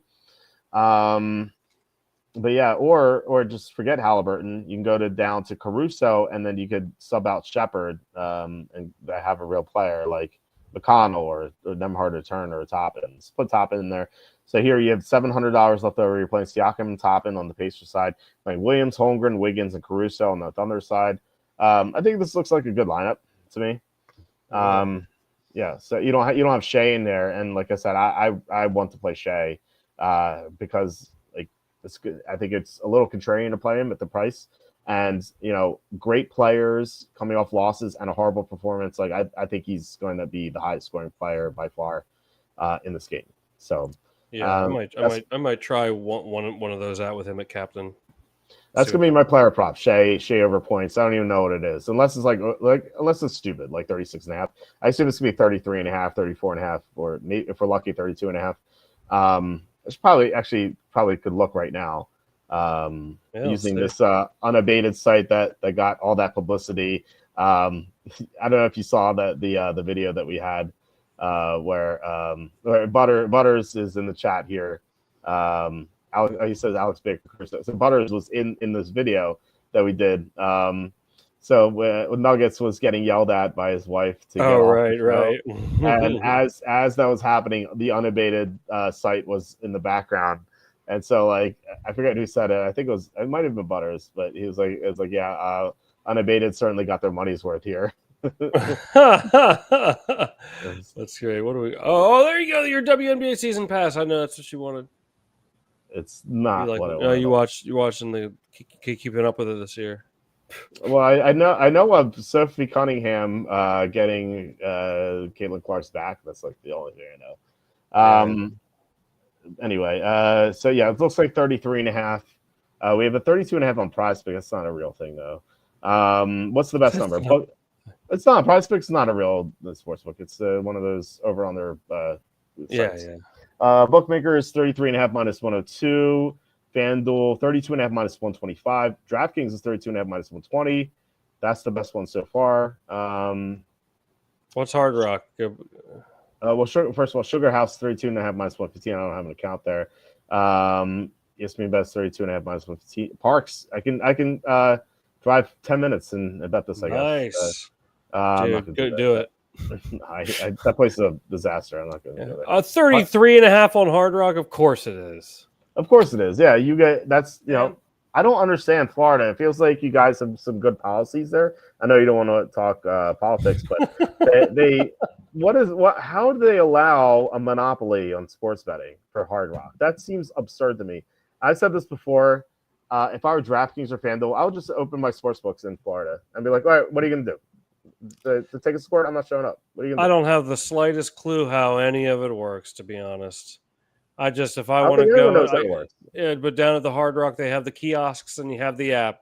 I know that's all I got. I don't, if I want to do it, and I hardly really even bet on anything anymore, really, other than the baseball picks that I put out. By the way, I hope you guys have been enjoying the base. We're 4-2 so far in the underdog picks. 4-2 with all underdog picks. Yeah, that is look. If you're 500 with all underdog picks, you're making money. 4-2 is incredible. I mean, look, I'll be a small sample size, but like you've had a long sample size otherwise in recent years, so Right. Well, I'm hope. Yeah, I'll keep tweeting them out. I hope you guys have been taking advantage of that. Usually, I only have like maybe 1 or 2 a week, but usually Walter can attest here. Usually they're pretty decent. They're good. I mean, look, the 2 losses were by 1 run. I mean, you're almost 6-0. Yeah. Oh, thank you. But I honestly don't know how any of that nonsense works. I just look, if I'm trying to go to the casino, I know where to go, and I know I don't have a choice. I just accept that that's where I am. I'm so sad. I don't. Yeah, like my hand is forced to show up there. It's hard. It's awful. I don't know. How could they allow that? Like that's definitely a stain on DeSantis's governorship. I know he's done a lot of good things. Again, you don't want to talk about but like he's done a lot of good things, and like he allows a monopoly. That's just awful. And like I said, if our DraftKings or FanDuel, like, all right, come at me. What are you going to do? We're opening up our sportsbook. Anyone could access it. I don't. Yeah, you're not even going to see us in court because I'm not showing up. Yeah, I don't have the first clue how any of that works here. Pennsylvania has some silly laws too. Like, tell me if you remember. I've never heard of this. Like, do you remember like when we were at Penn State, especially? Like, did you ever go out to? Okay, I'll just tell like a group of like my friends. We went to like a Chili's or something one time, and it was like downtown. And I wasn't 21 yet, but some of them were, and like they got beer. And they made us like separate the tables like 6 inches. There was some state law because there was somebody in your party that was under 21. Okay. They had to like separate the table. Like, it's so dumb. It's so dumb. Come on. 6 inches, or it might not even have been that much. It's like, oh, that's going to keep the underage person, from grabbing the beer that's still right in front of me, like right next to me. Yeah, I mean, there are a lot of dumb laws on the books, and really, it's not a law because if no one enforces it, it's not a law. Like I don't think anyone is going to enforce this law that you talk about. I'll enforce it. There's a law in Lincoln, Nebraska that says you can't put a pie on a windowsill. Yeah, I won't have that in my town either. Right. Well, I mean, it made sense a long time ago because when people would do that and they leave it open, and like people on Sunday they go to church and like the animals would come in and like they kind of like raid the town and eat the pies on the windowsill. So it kind of like made sense. But can you imagine like getting arrested for having a pie on the windowsill? Yeah, that'd be horrible. Yeah. Why do you think like they I do said, that? no one's going to enforce that, so it doesn't matter. Yeah. Well, I mean, you think they do it so they avoid having animals come in and whatnot. Yeah. Plus, if some kid walks by and pie falls on him and it's hot, like it burns his like skull or his head. Burns his skull, yeah. Vulcan skull. Yeah. Power Rangers. Exactly. So you can't have that. Pies on windowsills. Yeah, you can't have it. That's a violation. Yeah. Exactly. I mean, I wonder what the deal is. I mean, you probably just get a fine. I don't think you're serving hard time for the pie. You're in like prison. Like, oh, what are you in for? Oh, I robbed the bank. Yeah, like, what are you in for? I had a pie on a windowsill. Yeah, I always thought that was funny too. You ever seen like a pharmacy, like a Walgreens or a CVS or whatever, and like the razors, like the men's razors, a lot of times they have them behind like a lockbox. Yeah, it's like. What are you in for? Stealing razors? I mean, they're not that expensive. I mean, I know. Well, I told you before another episode, a video that we did. When I worked at the dollar store, that people would steal hair dye out of boxes all the time.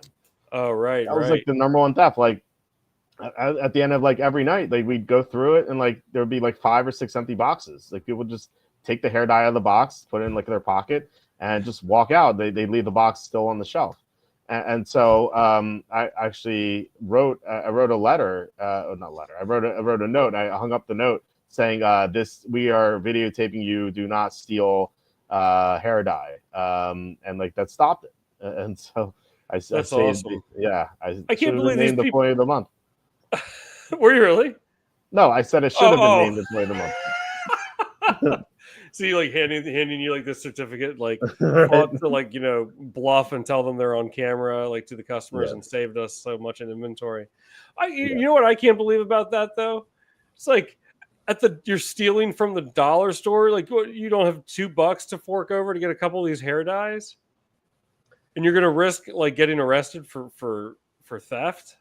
People are stupid, man. I mean, come on. How good could this hair dye have been? Well, like They're just I paying think for it.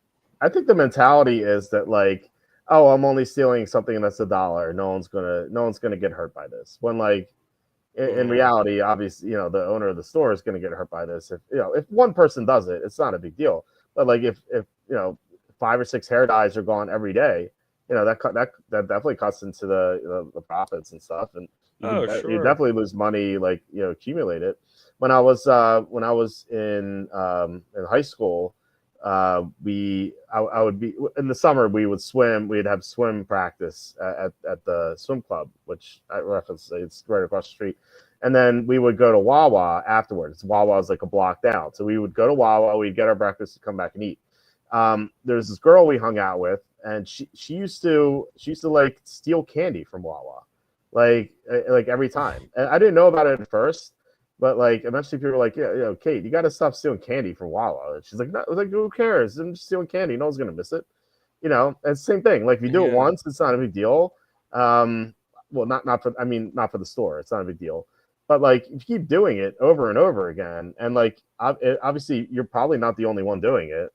It's like it'll hurt the store eventually. Yeah. One time it was like a carload of me and like my buddies. We were going to Atlantic City. This is like 2010. I don't know.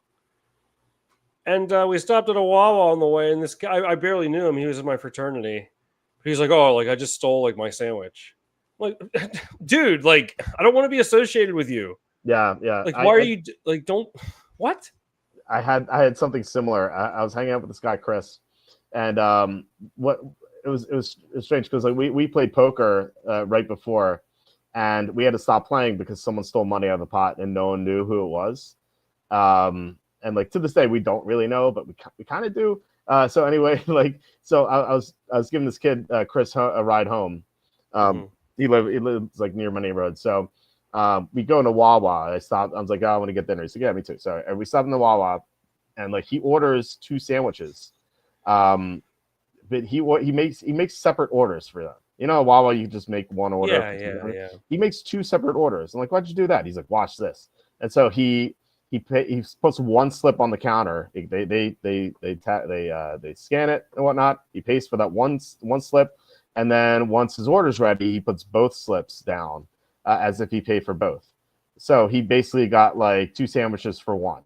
And so he did this right after someone stole money out of the pot when we played poker. I'm like, huh? Like something looks suspicious. I wonder who did this. Yeah, geez, it's like that cast a long shadow on you, sir. Yeah, exactly. Dude, that's so like I don't know. I mean, I just couldn't. I mean, maybe like when you're a young kid, like you don't see like. I don't know. Like I just wouldn't feel good, even if I knew I'd get away with that. I wouldn't feel good about doing that. Like I feel like something bad would happen to me, like karma, like something bad will happen to me as a result. I feel the same way. Yeah. When I was 4 or 5, I think I was in summer camp, which actually my son goes to the same summer camps, but kind of cool. Oh, wow. I remember like for some, I don't know why I loved this like red marker. That it was like a weird red color. It was really cool. that they had in like the arts and crafts section. I was like, man, I really want that red marker. And so I was like, the thought occurred to me to steal the red marker to take it home. And I was so scared to do it. I remember I closed my eyes and I took it. And I thought because I closed my eyes, no one could see me take it. Yeah. But like in reality, I was just like, someone could have seen me like, oh, he wants to draw with the red marker. I'm sure he'll put it back later. But like in my mind, I was like, oh, now I'm stealing it. So I took a marker. I closed my eyes, took a marker. Unfortunately, because I closed my eyes, I took the wrong marker. I took a dark green one, and not the one I wanted, and not the red one. And so I still took it home because I was like, I guess I have to steal this one now. So I took it home, and dude, I was like for years, for like 2-3 years, like this. Keep in mind, I was like 4 or 5, so up until like I was 7 or 8. I remember like dreading like getting caught, like someone like coming to my room and looking at my marker collection, like, where'd you get that marker from? Oh wow! I was like, dude, I was like terrified I'd be found out. I was scared that like my parents would know. I thought I'd have to like go to jail or something because I was like a little kid. You know, I thought I would get in big trouble for it, and obviously nothing ever happened. In fact, when I wrote about this in Nurse of the Week, when we're going back to that same daycare or summer camp, whatever, it's daycare in the winter, fall, and spring, and so it's a camp in the summer. When we were going back to that for my son, I thought I still had that marker, and I was like, I'm gonna take this marker and put it back. That was like my goal. I couldn't find it though. I think it was it's like from Crime and Punishment. I don't know if you ever read that book. But obviously way more serious. You never read Crime and Punishment, I take it? No, I mean, I know of its prowess, but I've never read it. So real quick, it's about a guy who there's this like evil woman landlord. She's horrible. She's horrible to everyone. And he comes to the realization, he's like, you know what? If I kill her, it would make everyone's life better. And so he kind of like rationalizes it. He's like, you know what? I'm going to do this. I'm going to kill her and make everyone's life better. So he's like, it's a good thing, right? That's what he's thinking. It's a good thing. But he goes there and he kills her. But her granddaughter comes in and he panics and he kills her too. And her granddaughter has done nothing wrong. She's like an angel, you know. But he panics because like he's like, oh, if she sees me, I'm going to go to jail. So he kills her. And the whole book, it's just like him being paranoid that he's going to get caught. Like he just dreading it. He feels like he's so paranoid. He's like, everyone knows I did it. Like he just loses his mind as the book keeps going. That's like me with this marker. That's how you felt with a marker. Exactly. Oh my gosh! One time when I was in the 6th grade, I was in a local production, Jack and the Beanstalk, at like the local theater, and it was like a theater, and they had like concessions in the front. And they told us like we were allowed like basically like on the honor system, like we had to just put. I mean, this is like the 90s, so it's, it's much more innocent time. But we just like opened up the drawer and put like the money in, and we could take like the candy or whatever. So anyhow, I had like, I don't know, it was like a blue ribbon, like a blue science fair ribbon or something. I had gotten it from school earlier that day. For what, I can't remember, and it doesn't matter.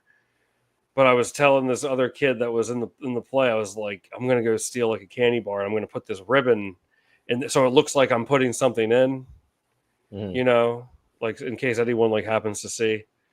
And I took a candy bar, and I put the ribbon in the drawer instead. But then like it was either the next day or the day after I came in, and I told, there was actually a lady standing there the next time, and I was like, I'm like, hi, like I took a candy bar yesterday and here's the money for it, And she was like, oh, okay, thank you. Like it wasn't a bit, but I did feel bad about it. So I did come back and pay for it. That's funny. That reminds me, there used to be where I grew up, there was like a campground in the back of like my housing development, my neighborhood. Yeah. And, it was kind of neat. They had like a little mini golf course there, and they had like a general store, and they had like a little arcade. It wasn't, exactly. General store, sir. Yeah. But it was like, and it was just like a dinky little arcade, but it was so cool. Like we could just walk there. It's like, whoa, like we have an arcade in our, in our neighborhood. But we used to get those, like they had some ice cream there at the general store. I used to get those ice cream bars. The strawberry shortcake ice cream bars, or they used to call them Chief Crunchy. Mhm. They're so good. They came in chocolate and like the strawberry ones. So anyhow, like I saw the sign there as a little kid. I'm like, I don't know, 8 or 9 years old, maybe, and I see like, oh, the ice cream is like 90. It was 99 cents or $1. I think it was $1, and I had $1. And like, I'm a kid. I had no concept of a sales tax. Oh no. So yeah, so like I get up there and like it was this old couple that ran, and the old man was like, he was like 106, and I was like, oh, and for some reason I had a nickel in my pocket too. I don't know how, but I had 105 and the total was 106, and I was kind of scared. I was intimidated by this guy. He was like 106, like, and I gave him the 105 that I had, and I was like hoping he'd let me like go, and he just goes, "You owe me a penny tomorrow." So anyhow, I was like nervous. I'm just a little kid, and then so sure enough, like I don't know where, I probably had some coins laying around at home, or I found in the couch cushions. I found a penny, or I got it from my parents. I don't know. And I went back down there, and his wife was there, and he wasn't. So like I guess she wasn't privy to what was going on. So like I came in like, hi, I got ice cream yesterday, and I only had 105, and it was 106. Like, Nice. and she was like, oh, okay. So like she was, I don't know, but maybe that I'm grateful for that old man that taught me that lesson, the value of being prepared and that sort of thing. And you know what? Later, actually, I mean, I'm sure, and I mean this respectfully, he was like 80 years old, 30 years ago. So like I'll always remember that man. Because like then like I came down later. Did you have like the fundraisers in school where you like sold the magazines or whatever, or like the chocolates? Yeah. He bought like 2 magazines off me. So I was like, and that was after the ice cream incident. So like I think he was just like trying to like instill a little something, like teach me a lesson as a kid. I thought that was kind of cool. But I'll never forget that. He's like, "You owe me a penny tomorrow." I was like, "Oh," like, I was so scared. With inflation, it'd be 3 pennies now. So. Yeah. Oh, yeah. Get one of those flattened pennies. You know what I mean? I wonder if those are worth anything. You ever see that at the amusement parks? You put in 51 cents and it smashes the penny. Yeah, I never understood why anyone would do that, but I guess people do it. Otherwise, they wouldn't have it. Because I think I got one from like Disney or something when I was a kid, or maybe like Hershey Park. But it's just like you just want to turn that thing. I think that's the fun. And then you're like, wow, that used to be a penny. Like, I don't know. Yeah, as a kid, I think you just want to turn the thing. It's fun. Yeah, I don't know. I guess if you're a kid, yeah. I don't understand like why any adult will do it, or any teenager plus will do it, Right. If you're a kid, sure. I mean, when you're a kid, everything is fun for the first time. Who am I kidding? If I saw one and I had 51 cents on me, I'd do it too. Right. just well, nowadays those machines will cost like $2 and a cent. It'd be 201 now. Like, yeah, probably. I wonder. I mean, I don't know where I usually. I guess next time I go to a theme park, I don't really go to theme parks very often. Yeah, I mean it's been a while. Well, my son today was like, let's go to Sesame Street, Sesame Place, which is like 20 minutes away, 20 minutes away from my house. He's like, let's go. I'm like, well, we can't go tomorrow because we have a birthday party, but we'll definitely go later in the summer.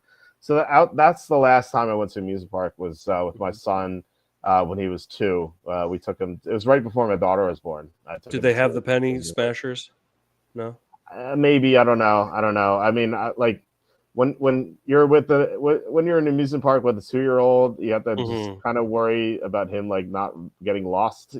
Sure. I mean, and I can understand that, but next time, just please put the penny smasher machine a little higher on your priority list. Okay, sure. We gotta know. Keep your eyes peeled, man. I'll keep an eye out for it. Yeah, if you get one, shoot. I gotta. You know what? I never sent you that video. Or no, I was doing the crane game and I won the crane game, but I didn't have a video of it. Yeah, sure. I'm going to win the crane game one of these days. I'm going to get video footage. I'm going to tag you in it. Sure, if you say you've never won a crane game before? No, I've never seen anyone win it. Oh, I have. I've won many a time. Yeah, I don't believe it. There. I'll get video evidence of it eventually. What else we got here? We're creeping up on. Well, I mean, we have a couple of moves that teams have made. You wanted to discuss the Desmond Bain trade. I mean, it involves your Orlando Magic. That's right. The Magic traded for Desmond Bain, and they gave up 4 unprotected first-round picks, plus Contavious Caldwell-Pope and another player who's what'd you say? That's fine. Casey, boy, I mean, I was really hoping KCP was going to be like a helpful like veteran presence, and it's like I don't know. He didn't. He did not have a good year. He did not have a good year. No, he did not. So you look this trade obviously makes the Magic better in the near term. You get a scorer like your team, the Magic. The Magic's offense was so dreadful in the playoffs. So they just couldn't score. Outside of Banchero, they just couldn't score at all. So they needed an offensive punch in the backcourt, and they got one with Bain. Like Bain could score. I think he's a really good addition. He's going to make your team a lot better, and now you have like a good trifecta with Banchero, Franz Wagner, and Bain. So that's what you need in today's NBA. You need 3 really good players. And like what you need 1 superstar and you need 2 really good players. Like Banchero is like pretty close to being a superstar, if he's not already. And then Wagner and Bain are good 2 and 3. I don't know if either of them is like a real 2, but they're definitely at least 3s. So I feel like in the Eastern Conference, which is pretty weak. I mean, look, the Pacers made it, so if the Pacers can make it, certainly the Magic can make it next season. And I think they're a team that is viable to get to the finals. And if another team as disappointing as the Thunder make it, then the Magic could certainly take it. I think next year's Magic team is probably better than this year's Pacers team. So I think that we look at do we have final odds for next year? I don't think we do. So look at the Magic to win the championship. They're 16-1. Actually, are you serious? That seems pretty low. I was expecting like 30-1 here. So was I. The only teams ahead of them in the East are the Cavaliers at 8.5-1, the Knicks at 9.5-1, the Pacers at 13-1, the Celtics without Tatum at 15-1. So they are the number 5 team in the East right now. I would take them over the Celtics without Tatum. I would take them over the Pacers. Like I said, I think next year's Magic is going to be better than this year's Pacers.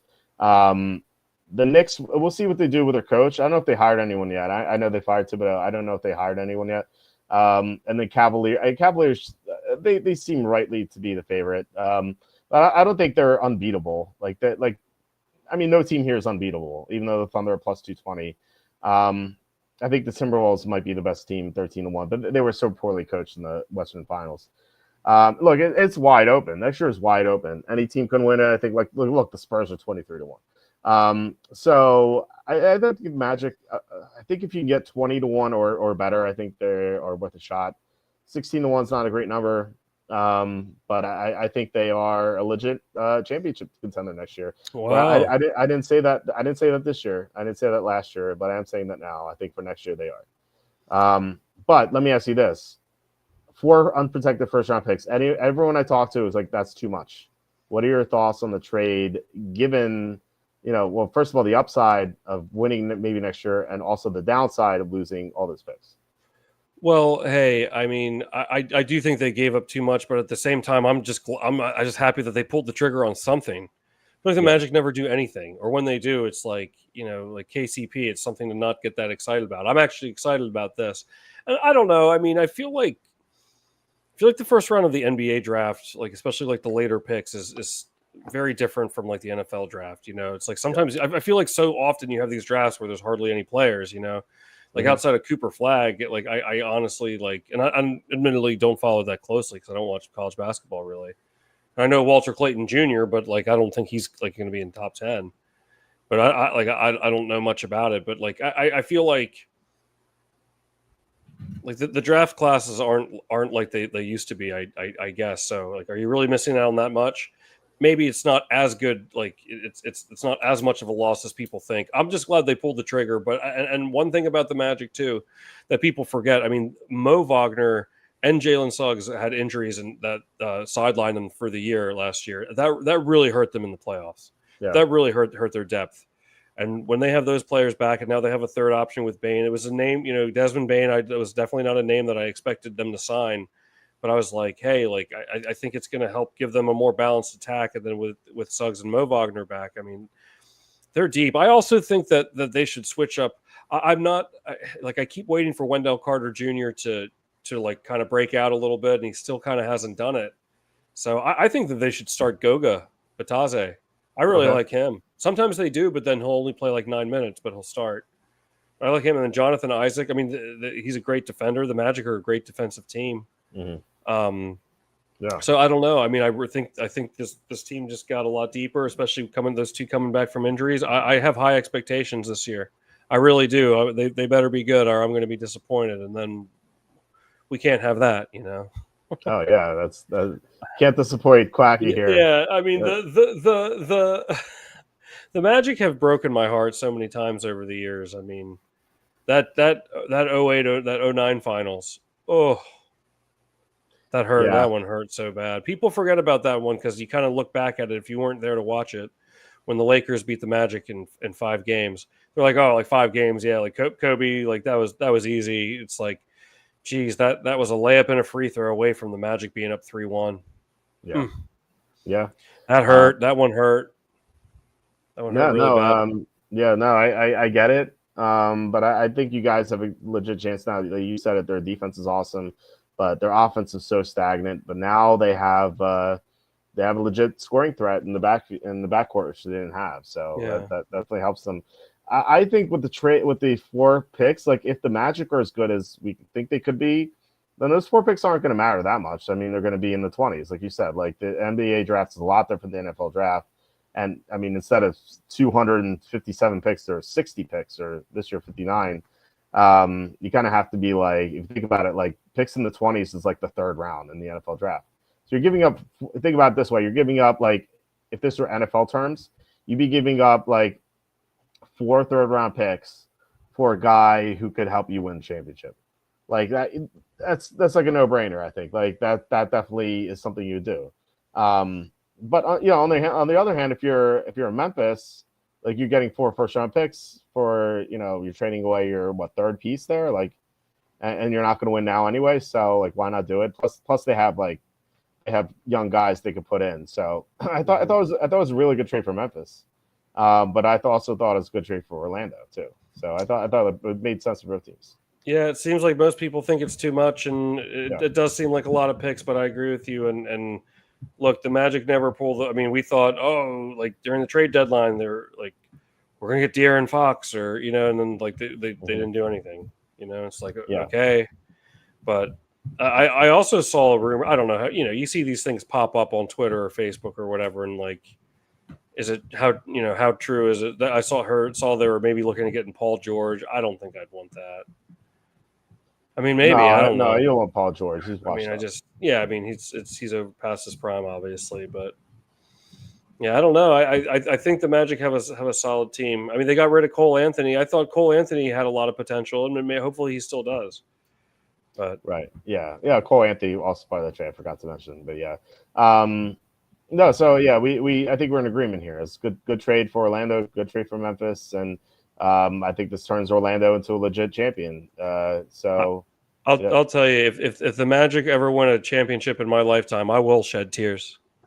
You will. Nice. Oh, absolutely, absolutely. I've been watching them for like 30 years, man. That's awesome. And they've never won a title. Well, it could happen. We'll see. I might place this bet just to see it happen. We'll have to do a live stream of like the like if Orlando's in the finals next year, we'll do a live stream and we'll see these tears of joy. We can see me cry on camera. That'd be great. Yeah, that'd be awesome. I have no shame. I would be so happy. It's been part of my life for so long, Yeah, why not? I mean, look, when you're an adult, you shouldn't be embarrassed by anything. That's right. Yeah, you know what I'm going to start doing? I'll start parlaying some of my baseball picks with the Magic to win the title. Nice. Like my 40 to 1. Yeah, my 40 to 1 on the Bills. That's going to be so weird. That's going to be sitting in my penning bets like forever now. For another 8 months or 7.5 months. Yeah, I have so many exactas in my open bets. It's insane. I'm up to I've not, when I say this number, people are like, oh, we spend so much money here. I have not wagered a single dollar on this. I have $1,775 in free bets. I've not not a single dime. I've actually wagered in real money. These are all bonus bets and free bets, whatever, that I made on exactas. 1775. Wow. So the average odds are 91 to 1. So hopefully some of these come through. Now these numbers will go down because I have not gotten to the Eagles yet personally. That's the last NFC team I'm doing. So the Eagles are like 30 to 1 to win against the Chiefs, Bills, and Ravens. So the odds of that, our average odds will drop. But I'm gonna do more free bets on the Eagles. So I've been doing 100 on each exacta, but for Eagles I will be doing 200 because the odds are a lot lower. So I mean that's my plan. I still have 2.5 months to finish these. So and like FanDuel right now they have not that we're promoted by FanDuel, but we could be FanDuel if you're watching. They currently right now have they're up to 25% free bonus bet bonus for deposits up to $1,000. So if you deposit $1,000, you get $250 in bonus bets right now, which is pretty incredible. And yeah, all you do is bet that once, and then you could just withdraw it. So with the NBA Finals Game 7 coming up, plus our home run bets every day, like I'm going to be betting this anyway, so might as well do it. And then I'll withdraw whatever I keep, and I'll have the $250 in bonus bets that I run through it. So, that's been my plan. Yeah, go ahead. You get a lot of big bonus bets. You know what I had? I had a $2 bonus bet. And I put it on the Washington Nationals money line, and it won. I have a $4 now. Nice. So I just bet that $4 on SGA over 33.5 points. Let's go. You keep doing that. 8, 9, 10, 11, 12, 13, 14, 15, 16, 17, 18, 19, 20. You do that 20 times. If you just double your $2, 20 times, you'll be a millionaire. I'll keep you guys posted. I'll keep you guys posted. We're on do it. We're on leg 2 here. That'd be sick. Imagine if you got that, if you did that, if you made a millionaire off a 2-hour bonus bet. That'd be pretty sick. So you mentioned the Bills. So that leads me into the other thing I want to discuss, which is the other big move the team made, and this involves the NBA trade involved your current team, favorite team, getting a player. This involves your NFL team losing a player, and I guess you lost him a week ago or so. That is Jair Alexander. Yeah, so the Ravens signed him. The Ravens signed Jair Alexander, and I think that this could sway the AFC. It's so close. Like it's funny. The Super Bowl 60 winner right now. The 3 favorites, excluding the Eagles, all right in a row here. You have Ravens 7-1, Bills 7-1, Chiefs 7.5 to 1. And I think it's this close. In fact, when I was doing my season previews, I could not decide which team I wanted to go to the Super Bowl from the AFC. Now, I think Jair Alexander is good enough to push the Ravens over the top. Now, obviously, the downside is that he gets hurt a lot. He played 7 games last year. He played 7 games the year before. But he did play 16 games in 2022. So he can stay healthy. It's very unlikely, but he can stay healthy. And if he misses time during the season, but he comes back for the playoffs and is at full strength, like that could be a deciding factor because when he's healthy, he's really good. He can lock down one side of the field. And that's something Baltimore didn't have last year. Like the Ravens pass defense was awful last year until they moved Kyle Hamilton from linebacker to safety. And then the run defense was really bad because they had to do that. Now I think with Jair Alexander, Chidobe Awuzie, Malachi Starks, and also Marlon Humphreys coming back. That's like the one good corner they had last year. So now they have like 4 good corners with if Nate Wiggins plays well. Their secondary looks like awesome now. And so like that their biggest weakness now is the strength for them. And they didn't really lose anyone else. Like their whole team is returning. They re-signed Ronnie Stanley.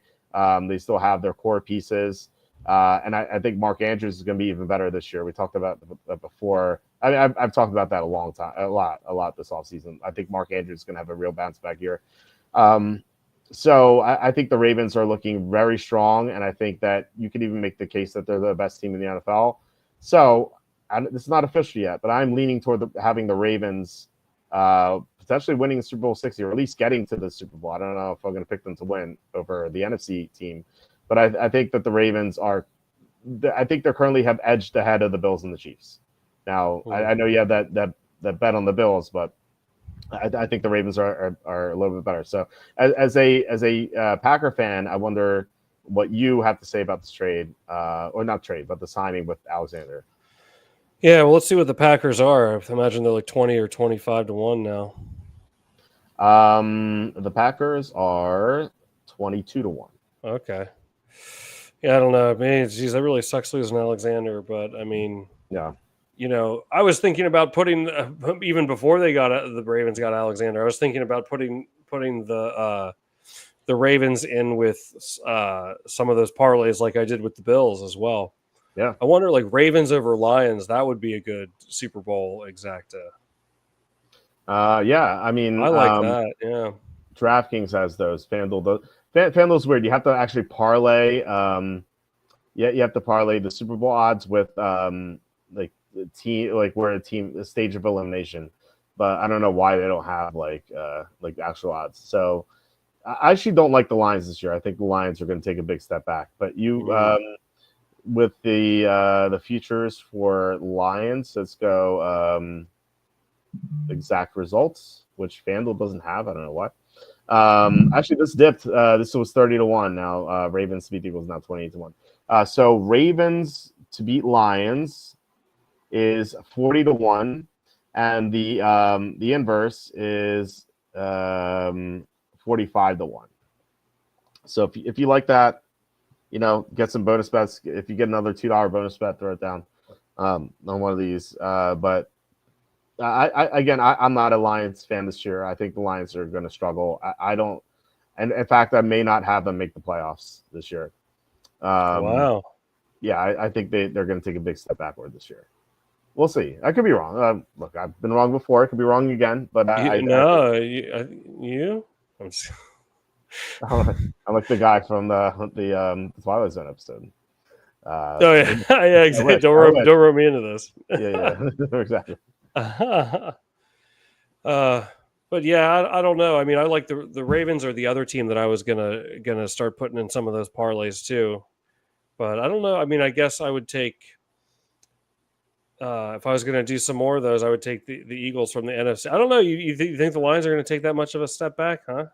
Yeah. I don't. I think that they are. I think they should be an underdog to make the playoffs. Wow. Like they should be like plus 130 to make the playoffs. Wow, they're not, okay. But they should be. Like they lost too much. Well, then how about the Packers then? I mean, if you believe in no cookie Jordan Love, you can go that way. I don't know if I believe in him, but they could do it. Packers to beat the Bills are 80 to 1. Packers to beat the Ravens are also 80 to 1. Let's see, Ravens to beat Green Bay is also 80 to 1. So you're getting 80 to 1 on both sides. I mean, I'd rather go Minnesota, honestly. I think Minnesota is you get better odds with them, and they're the better team. So, but if you like the Packers this much, I mean, 80 to 1 is a great number. Oh, so, I don't know. I think Golden's going to be good. I think Golden's going to be good for them. I really thought that was a great pick. It could be. We'll see. Yeah. I didn't like the production in college. So, he had like 3 or 4 good games, and granted, that's like what everyone saw the playoff run. But I was kind of wondering, like, well, where was this before? Because then he like ran well at the combine, and he suddenly turned into a first round pick where like we had him in the second round the whole time, and then like after the combine we put him in the first round. Kind of like that worries me. Like he's a first round pick. Like feels like when guys do that, they're usually not that good. But that's not always the case. Obviously, it could change. So we'll see. I don't know. I'll be rooting for you. I have nothing on the Packers. I have no stake on the Packers, financially, I hope they don't win. But you're my friend, so I will. Oh, well, that's mighty considerate of you. Yeah. All right, what you got for golf? I'm sorry, I was up at 5:30, so real fading quick quickly. because Yeah. there are only 4 contenders for this. Usually it's jumbled at the top, but here it's not. So this would be quick. The 4 guys in this: Tommy Fleetwood, who has never won a PGA Tour event. He's 16 under, had a great day today, 7 under. Even better today, Russell Henley, who's we have him at 20 to 1, I think. No, that's not correct. Hold on. We have Russell Henley at 33 to 1. So we have him at that number. He's 13. He's 3 back. He's at minus 13. He is minus 9 today. Keegan Bradley is tied with Henley. He has 7 under today. He's 13 under. And Jason Day, the Australian, he's 11 under. He was minus 3 today. And then after that, you have a bunch of guys. You have 3 guys at minus 8, and then you have a bunch of guys at minus 7, including Scotty Scheffler, who is plus 2 today. Look at these scores today, right?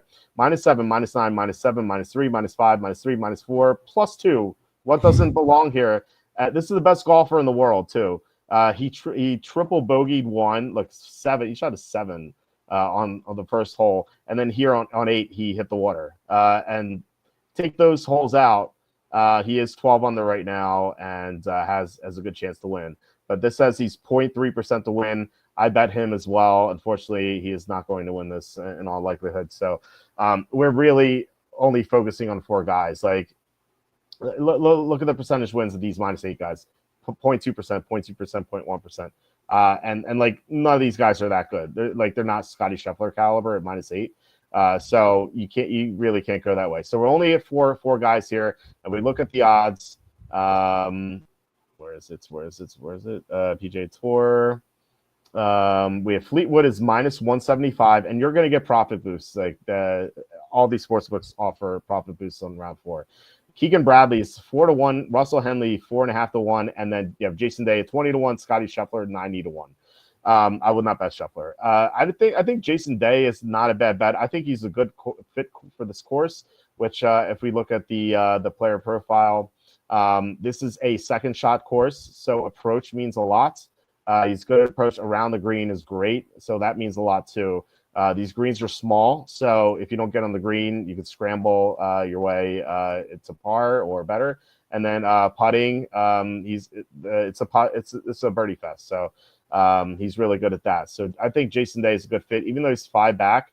I think there's a decent chance that he could take this. So if you get a profit boost, it could work out. We're going to work our way backward here. Keegan Bradley is he's the captain of the Ryder team. People call him Captain America. So he's 39. He's great at approach, great around the green. The reason I didn't like him this tournament is his putting. His putting is like just average, maybe below average. Look at how his putting has been this year. Past couple tournaments, okay, but for the most part, his putting has been poor this year. And I have a rule. I just say I don't bet golfers who are bad at putting, just because they can like come close to winning, but they could choke down the stretch and have some poor putts. So I don't like to get into that. So I don't really have interest in Keegan Bradley. Not saying he can't. He can certainly win. Like he can definitely win. But he's of the 4, I like him the least. Then we go to our guy Russell Henley, who look at this driving distance. There's no driving distance, but this is one of the shortest courses on tour, so it doesn't matter. Great accuracy, great approach, great around the green, great putting. This is why I bet him 33 to 1. I couldn't believe that price, by the way. He won this year. He got 10th at the U.S. Open, which is the toughest golf course. Did you see the scores of the U.S. Open, by the way, Tom? No. The winner, -1. It's JD Spawn. Wow. He's the only guy under par. Scotty Scheffler +4. Dude, this golf course there's a bunker that is 100 yards long at this golf course. So it's like people were hitting it. They called it the church pew bunker because there's like blades of grass like they look like church pews. Everyone was hitting into the bunker. It was disaster. There was actually no water here even. It was like there's a par 3 that was like 300 yards. This it was insane. Oakmont Country Club, the toughest golf course on tour. Anyway, so you got 5th at the Memorial, 8th at the RBC Heritage. He won the Arnold Palmer, 6th at the Cognizant, 5th at Pebble Beach, 10th at Sony Open. This guy's had a great year. His putting has been a little shaky, but he's usually a really good putter. I don't know what happened here, but he's great at everything else. I still like him to win. And then we had Tommy Fleetwood, who has never won a tournament. He's like always top 5 or top 10. He's never won this year, but he's same profile as Henley, just a little bit better at driving distance. So great accuracy, great approach, great around the green, great at putting. Well, he's not as good as putting. He's had some stinkers putting wise, but he's also had some really good putting weeks too. The reason why he was 4th in my model, the reason why I didn't bet him is he's never won. He always like chokes down the stretch. He could choke tomorrow. We saw Sam Burns choke at the Canadian Open, and then Sam Burns, by the way, I bet him at the U.S. Open. Dude, he was 4 under entering Sunday, and he finished 4 over. So he was +8 the final day. Fleetwood has a choking history here. Now, maybe he won't choke. Maybe he's finally going to win. He's 34. It's going to be a late bloomer. I don't know. He could win. But at -175, it just doesn't seem worth it. Now, I have Henley. It makes sense to hedge. So I'm hoping they get close so I can hedge with Fleetwood. That's something I definitely want to do. But we do have hedging opportunity here. So hopefully Henley starts hot.